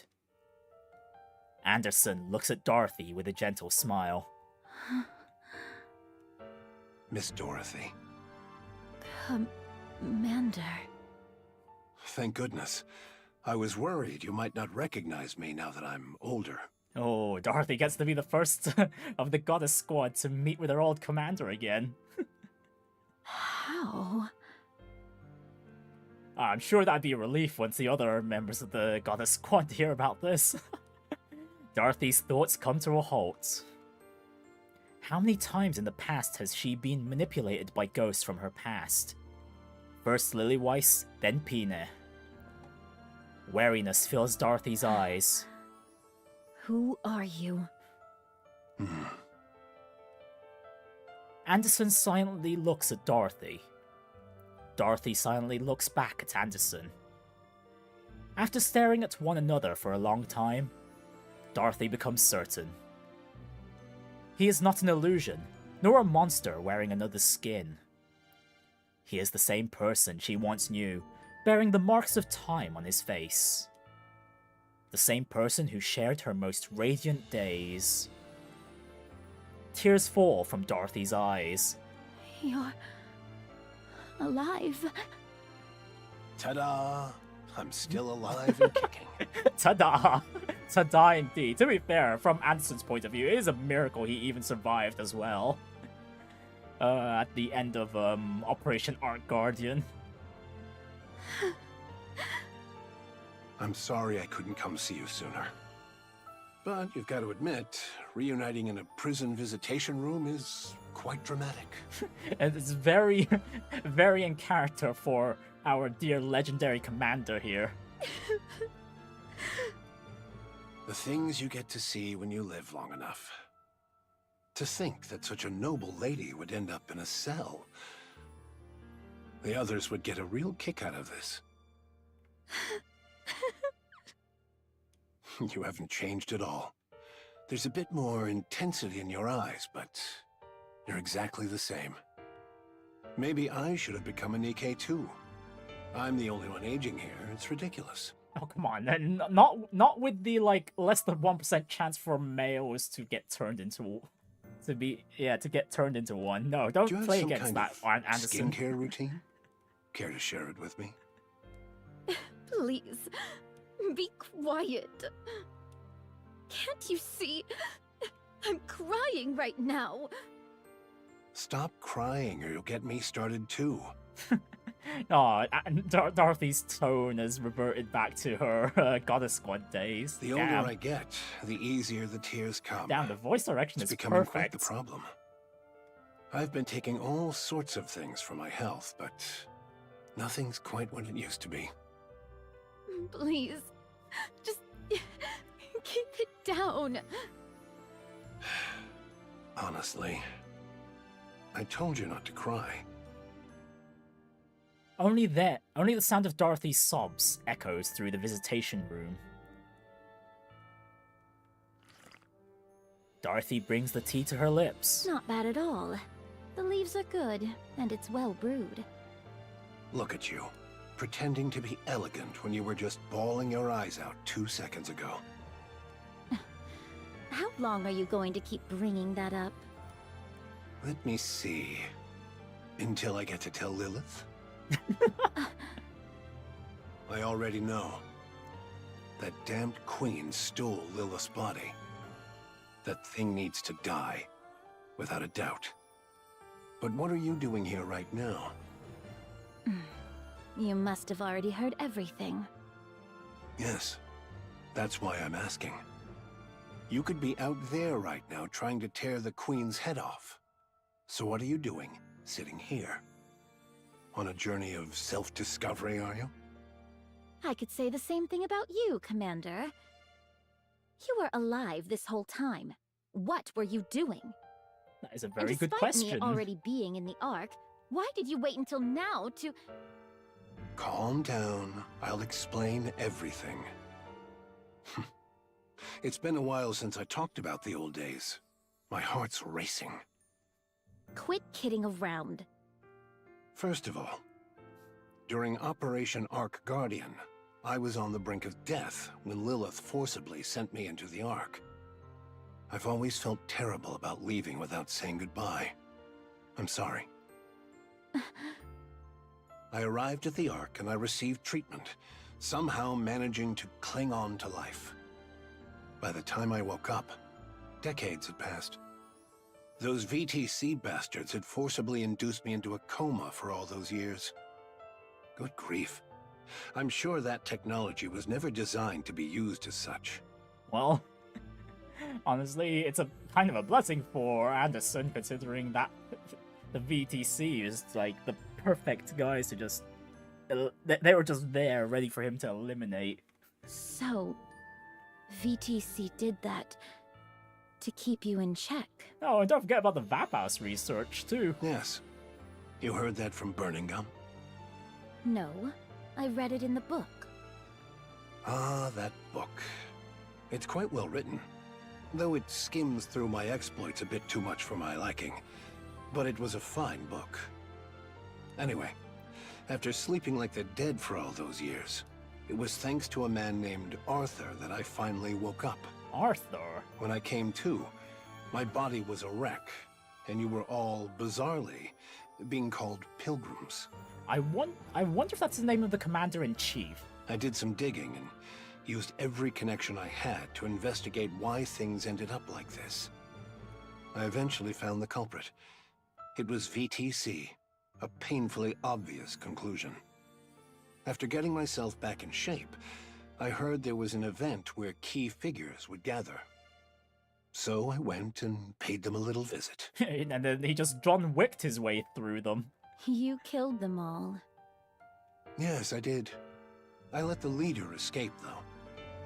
My achievement was recognized. Even though it's an achievement for eliminating political enemies. I even rose to the position of Deputy Chief. After that, I tried tirelessly to find all of you. But you were just too good at running away. There was no way to catch any of you. And though your personalities had changed somewhat, you were still out there fighting for humanity.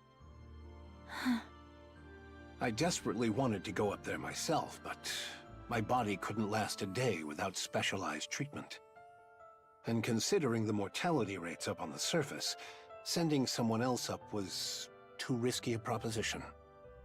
So, I left things as they were. I simply issued a directive not to attack any pilgrims since they are friendly to humanity, and to request their help instead. Still, you could have tried at least once.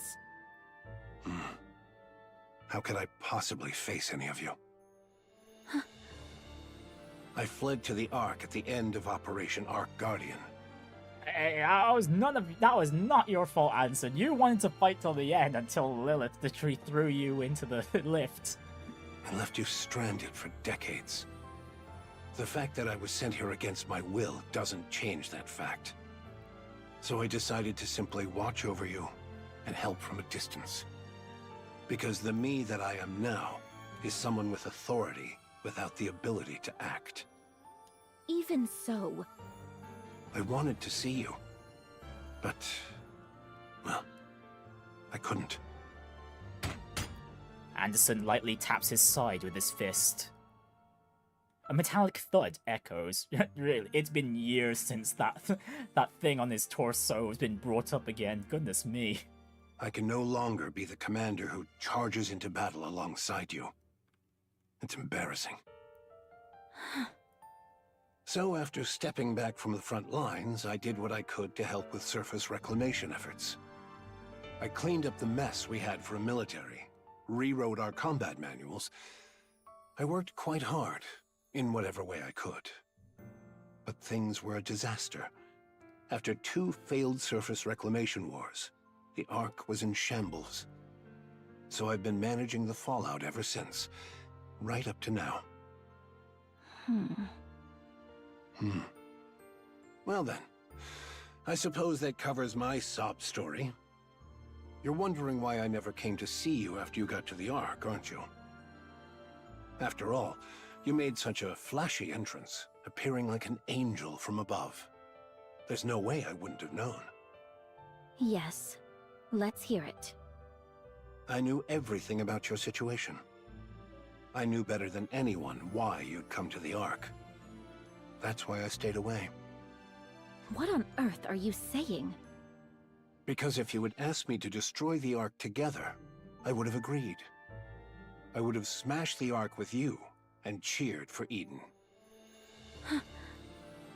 The Ark matters. Like it or not, it is humanity's last refuge. Oh, I didn't think Anderson would think that way, damn. It must be protected at all costs. That is why I went to Birmingham. He has a sharp eye for people and good instincts. He's a talented man with no flaws, aside from his weight. Oh, come on, Anderson, that's also a low blow, what the hell? I asked him to It's determine true, but a your low true blow intentions. nonetheless. If you were still the same as before, the Ark... I think I did mention earlier that Birmingham should be getting out more as well. But if you were truly intent on destroying the Ark... You told him to kill me? yes. You would do that to me? The hero who is forced to cut down a fallen comrade. Talk about a cliché. On the other hand, the hero who sides with his fallen comrade and joins the Demon King's army. That's also not terribly original. I'm glad you haven't changed. Commander, I've changed a lot. No. You're the same. I'm convinced of that. You put on that tough act all by yourself. But in the end, you're guided by your heart, and you sacrifice yourself for the greater good. Stand with the Ark, Dorothy. Let's go kill that queen. Just thinking about that bitch keeps me awake at night. Well, it's no surprise considering that the queen basically took his wife's body, effectively. Yes. After sharpening your teeth on revenge for so long, it won't be easy. But Dorothy, the reason you never put your plans into action means you never truly intended to see them through. Excuse me for a moment. Oh my goodness, Anderson, that better not be another meeting. Yes, it's me. Yes. I'll return shortly. I'm meeting an old acquaintance. My condition has been stable, so I don't see why I need such frequent checkups. Understood. I'll be there soon. Yes. See you later. Your way of speaking has changed a lot. I'm a deputy chief, after all. I have to act a little dignified. Yeah, well, not to mention, Anderson's getting old. But I'm the same man I was before. My body may be broken down and aging, but my heart is unchanged. What about you? I have to go, but I'll be back. Listen to the guard and don't try to escape. Commander, despite all that's happened, I'm glad I could see you again. See? I told you I tear up easily now that I'm getting older. Oh, try these! They're apparently mint chocolate seafood chips! Alright, now time for a celebration. What unholy abomination is that? Sounds like a gourmet haute cuisine snack. Let Dorothy be the judge.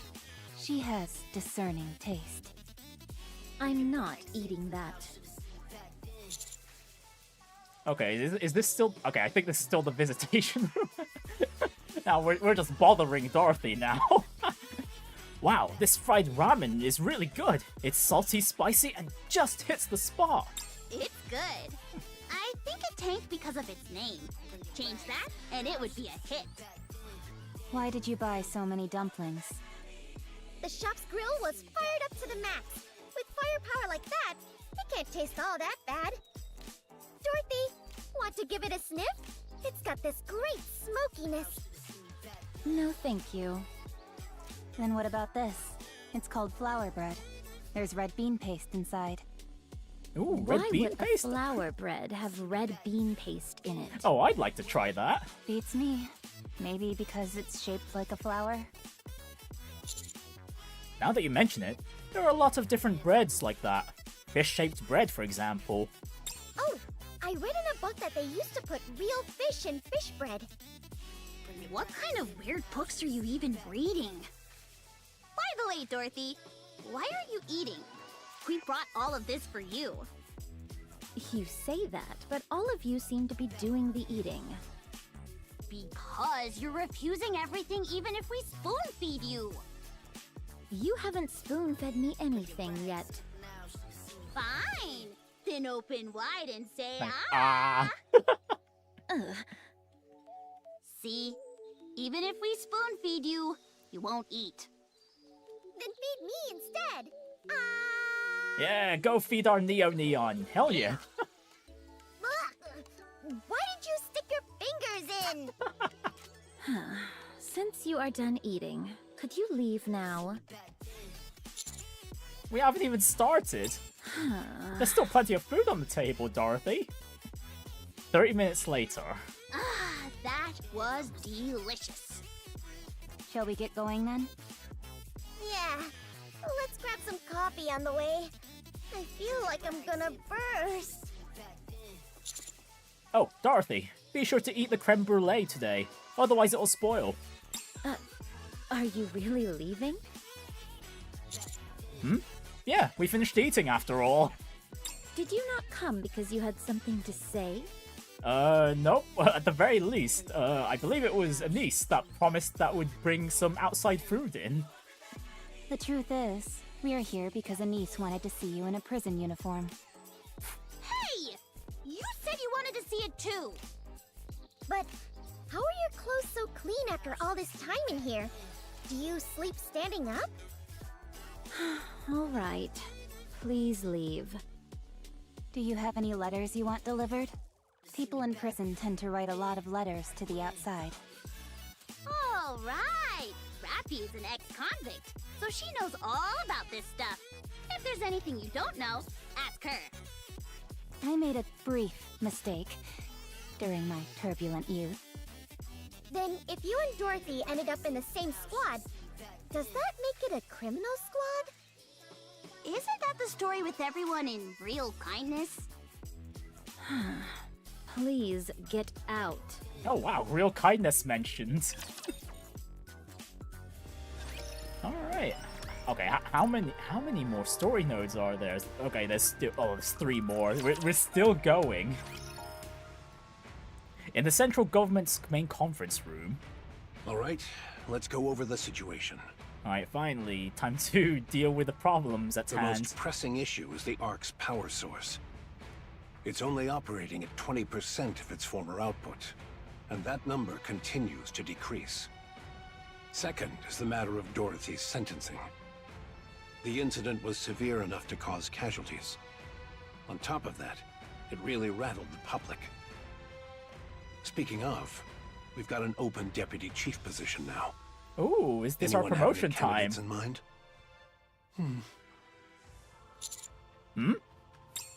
I do. It's still a little early to say, though.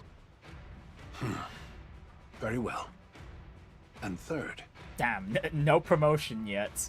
A gunfight in the middle of the city, following the incident with Sixo. All sorts of rumors are spreading. Public confidence has taken a serious hit. We need to gradually resolve this, but we're out of ideas at the moment. The Ark's power source is the most critical issue. The Ark's infrastructure will gradually become paralyzed. No viable alternative has been identified as of yet.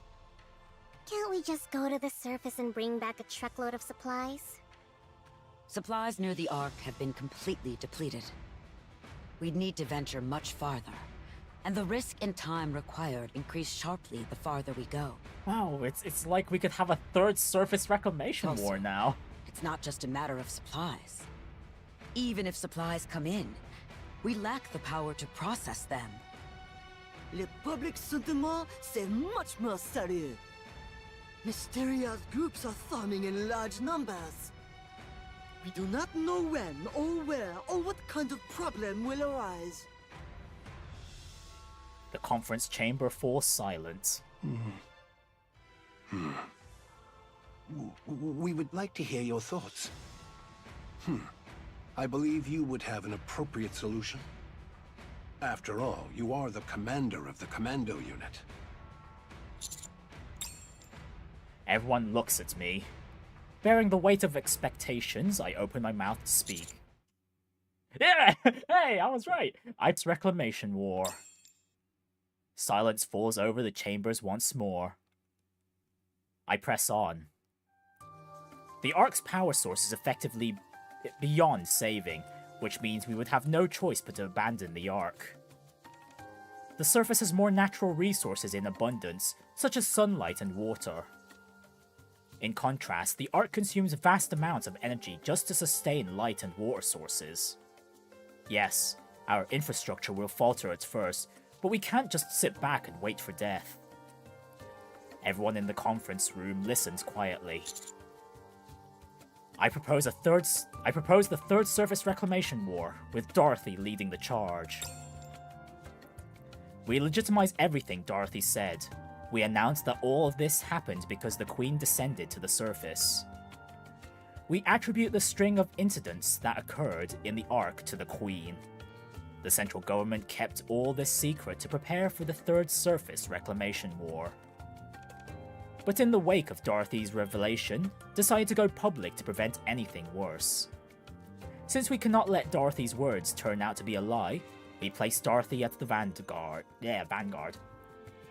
Additionally, I demand the restoration of her reputation, and that of the entire Goddess Squad. That last request seems rather personal. I won't deny it, and I'm sure that'll make you happy there, Anderson. Do you think Dorothy will go along with this? Of course. It's what she wanted after all. And it's her time to shine once that occurs. The third surface reclamation war? Are you out of your mind? The Raptors are infinite. How long are we going to bang our heads against this wall? The Raptors are no longer infinite. What? It's been confirmed. The Raptors are now finite in number. Enoch verified it. What are you saying? Yeah, what is it? The Rapture counter that's, what was it? Grave made, no longer shows the infinite value. To summarize, the Ark can no longer serve as humanity's home. The Queen has descended. The Raptures are no longer infinite.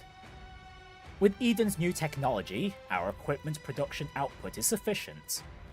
The Ark's strength is at its peak. And our comrades on the surface will be a great asset to us. The The time for the third surface reclamation war is now. If we don't do this now, it will be impossible later. I agree. We haven't even put this to a vote yet. I'm fully in agreement. We're talking about surface reclamation. Doesn't just the thought of it make your heart race? This is the moment Elysian has been walking the tactical path toward.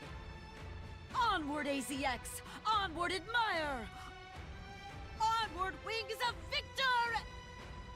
Pipe down, Miss Tactical. Wait, isn't the Wings of Victory still downed? Whew, my apologies. I got a bit carried away there. Will this be another large-scale surface deployment? That remains to be seen, but it's unlikely. In many ways, this may well be our last opportunity. Right? Fine. I'll run a check on that function then. Oh yeah, the Ark's basically on its, stuck in a corner right now. It's been maintained pretty consistently, so there shouldn't be a problem. Much appreciated. Oh. What does Miss Ellis have up their sleeves? What? You didn't know? The Ark can rise to the surface. Oh! What? It's not called the Ark for nothing. It can float. That's what it was designed and built for. No, it doesn't just rise, it floats. It could float. The Ark can rise to the surface? Yes. How many times do I have to say it? It rises. It can go up. I can't believe it. No, this is actually news. Enoch, if you would. Yes. I will review the feasibility, timing, and probability of success for the third surface reclamation war. How long will it take? The report will be ready within 1 month. Good. I'll leave it to you. 1 month, huh? All right. We need the 2 other deputy chiefs to agree on this. A matter of this magnitude requires a unanimous decision. There's no need to worry. The Commander-in-Chief is still in the same state. The remaining 2 have delegated full authority to me. Well, that's handy. I see they still have no interest in the Ark. I'd like each of you to begin your research and preparations with the Third Surface Reclamation War's execution in mind. Wait, there's 2 Commander-in-Chiefs that don't care about the Ark. How the hell did they get into their positions in the first place? Un moment. What is it, Mustang? You're announcing the Third Surface Reclamation War maintenant? Oh no, certainly not! Public morale is at its absolute lowest. Oh, okay. No, I could see where Mustang's going with this. Bring the Ark morale back up first, which is what the Star Anise event is all about, and then then we go to war. To declare war in the middle of this would be catastrophic. I would not be surprised if une revolt occurs. But we have no proper alternative. Our only choice is to push forward. C'est moi! I have the ideal solution! We hold a grand concert to celebrate the third surface reclamation war! Strip away the solemnity and march toward a better tomorrow for all of humanity! Et voila! That's how we present le festival! Yep, a very Mustang solution. Moi, excels at this! The crème de la crème, in fact! Mais, it will cost beaucoup de money! This won't end with just one concert, no! We open concert after concert! Encore! We will captivate the souls of every Ark citizen! Absolument! Entertainment! So what makes people forget their pain and anxiety? Very well. You'll have the central government's backing. I'll leave that part in your hands. C'est bon! Therefore, Commandant. Yes? TT Star must be the premier act at the 3rd Surface Reclamation War Festival! They must be all numéro 1! Absolument! Okay, so are they gonna bring up the third Surface Reclamation War topic in the second part of the event? Oh, we'll see. Oh!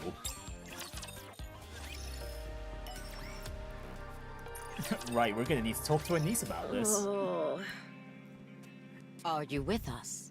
Oh, right, I already got shot by, Doban, and he took the book, right. Ma'am. Call me instructor. Oh, instructor. I hear you looted the Forbidden Library during the blackout. And that you smuggled out a book about Dorothy. Apparently you were attacked while making your escape? Is that correct? Yes, that's about right. What are you being so brazen about? It's only thanks to Arcana that we found you so quickly. Had we been any later, we might not have been able to save you. But you did save me, didn't you? Oh, what became of Arcana? Since Forbidden Library materials were leaked under her care, she will be punished accordingly. Probably another mind wipe. I'm the one who stole it. She's the victim here. Why would you punish the victim? What kind of abuse of power is this?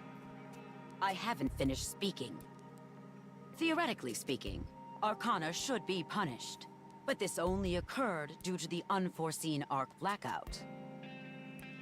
Oh, they're just gonna feign ignorance. Given the special circumstances, we've decided not to pursue the matter. All things considered, things did not turn out too badly. Yeah, to be fair, Irie was right about bringing out Dorothy's book would probably be more of a good thing than bad. Has the person who shot me been identified? What happened to them? They were identified and killed. Goodness.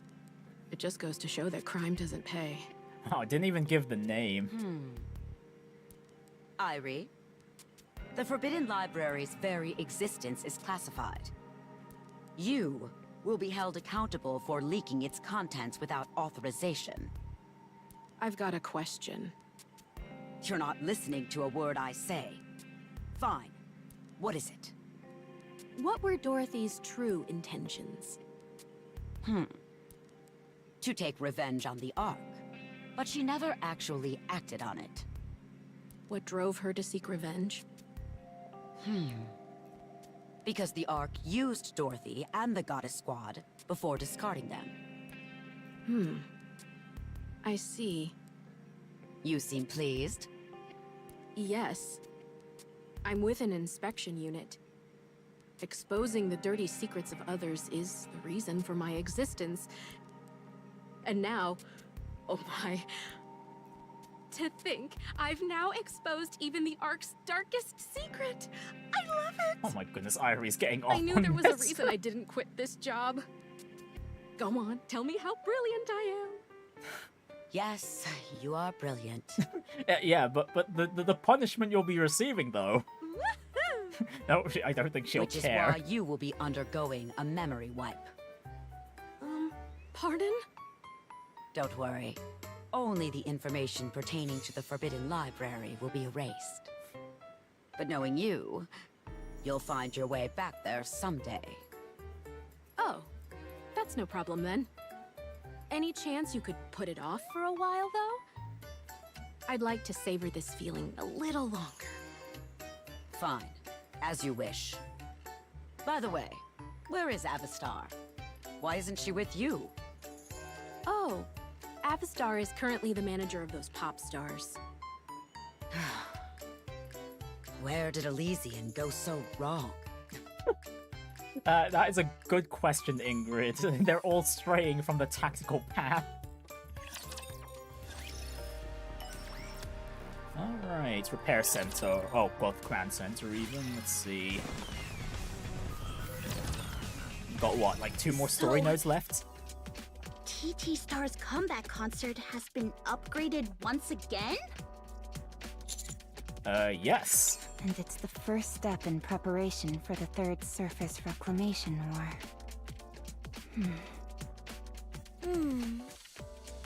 Isn't it a bit much? Tell me about it. My thoughts exactly. We're not the only ones performing, right? Given the scale of things? Nope, it just seems it's literally just TT Star. There may be some supporting acts, but it's essentially a TT Star solo concert. Did you obtain the Nikke production technology? Yes, Missless provided it. Okay, cool. So we will be giving that information to Eden. Huh?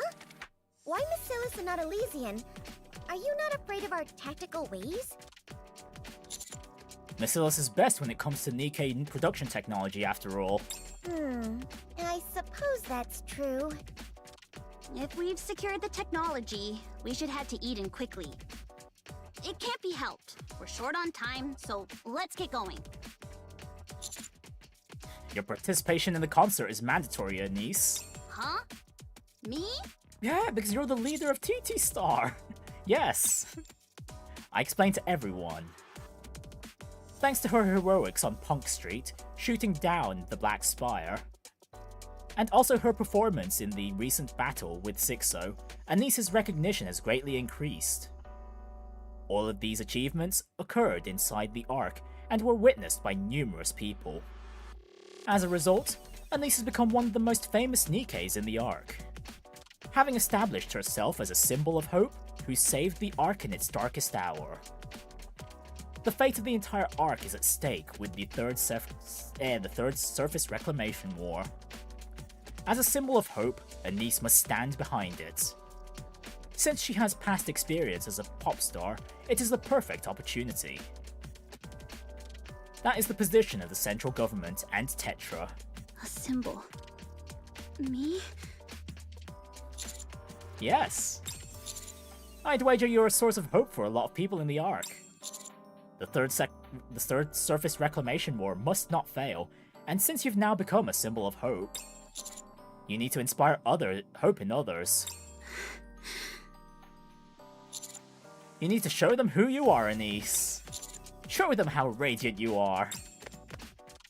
Rappy and Neon place their hands on Anise's shoulders. Be humble, Anise. Don't get all high and mighty just because you got a little famous. I haven't even done anything! Wait, then are you going to Eden without me? No, we'll catch your concert first, then go after. You sure that's okay time-wise? Oh yeah, I'm sure Eden can wait. This doesn't only concern you, it's also important for the counters. We'll finally get to see the fruits of our labor. I think it'll be a good source of motivation for what's to come. Going to Eden after the concert is the right call. Some of the Nikke production technology has already been sent ahead. The important parts must be delivered in person, but they can at least start setting things up. So get yourself ready. Let's put on a show.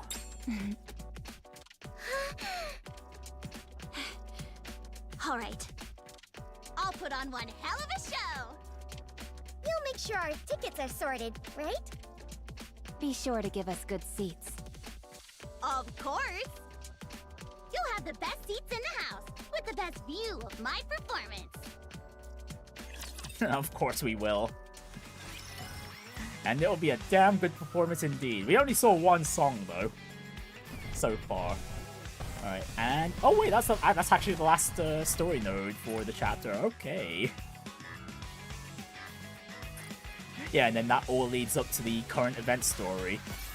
Alright, now we just have to wait until the next big story moment. And that being part 2 of the Star Anise events, which will be coming out tomorrow, and we will be streaming that tomorrow. I just need to... has Daily Reset occurred yet? Okay, Daily Reset's gonna occur in 5 minutes. I just need to remember not to use the entry currency until we get to tomorrow's stream. Yeah, Event Story 2 will unlock tomorrow, and we will be streaming that tomorrow. So until then, Man, okay, I'm glad at least someone got some redemption here, and I'm glad it's Dorothy. Man, after that really depressing end to Deliverin, yeah, it's quite nice that Dorothy's got to see her commander again. Hopefully the other members of the Goddess Squad get to see Anderson again. Because the way things are sounding with Anderson, it sounds like he might even kick the bucket soon. But goodness me, I hope it doesn't, because Anderson's great. But yeah, we'll be leaving those things there for today. Thank you everyone for watching, and everyone that'll be watching in the future, and I shall see you all next time. The schedule for the rest of the week. We'll be reading the second parts of the Star Anise story event in Goddess of Victory Nikke. And we might even do some polishing my skills with that, and I have made some improvements since I first attempted it on in last week's stream. Whether we'll have time or not, well, it depends on how fast we get through the story, but considering how beefy the part 1 of the story is, maybe we'll run the full 4 hours of my stream there, but yeah, we'll see when we get to it. And of course on Friday, we'll be continuing Trails Beyond the Horizon, where we'll be switching back over to Van's group to go explore Anchorville and find out where the vestiges are hiding there. And yeah, that's it for the rest of the week. As for next week, I haven't figured that out yet, so you'll have to wait until either tomorrow or Friday for me to release a schedule. So yeah, until then, take care of yourselves and have a wonderful evening. Bye.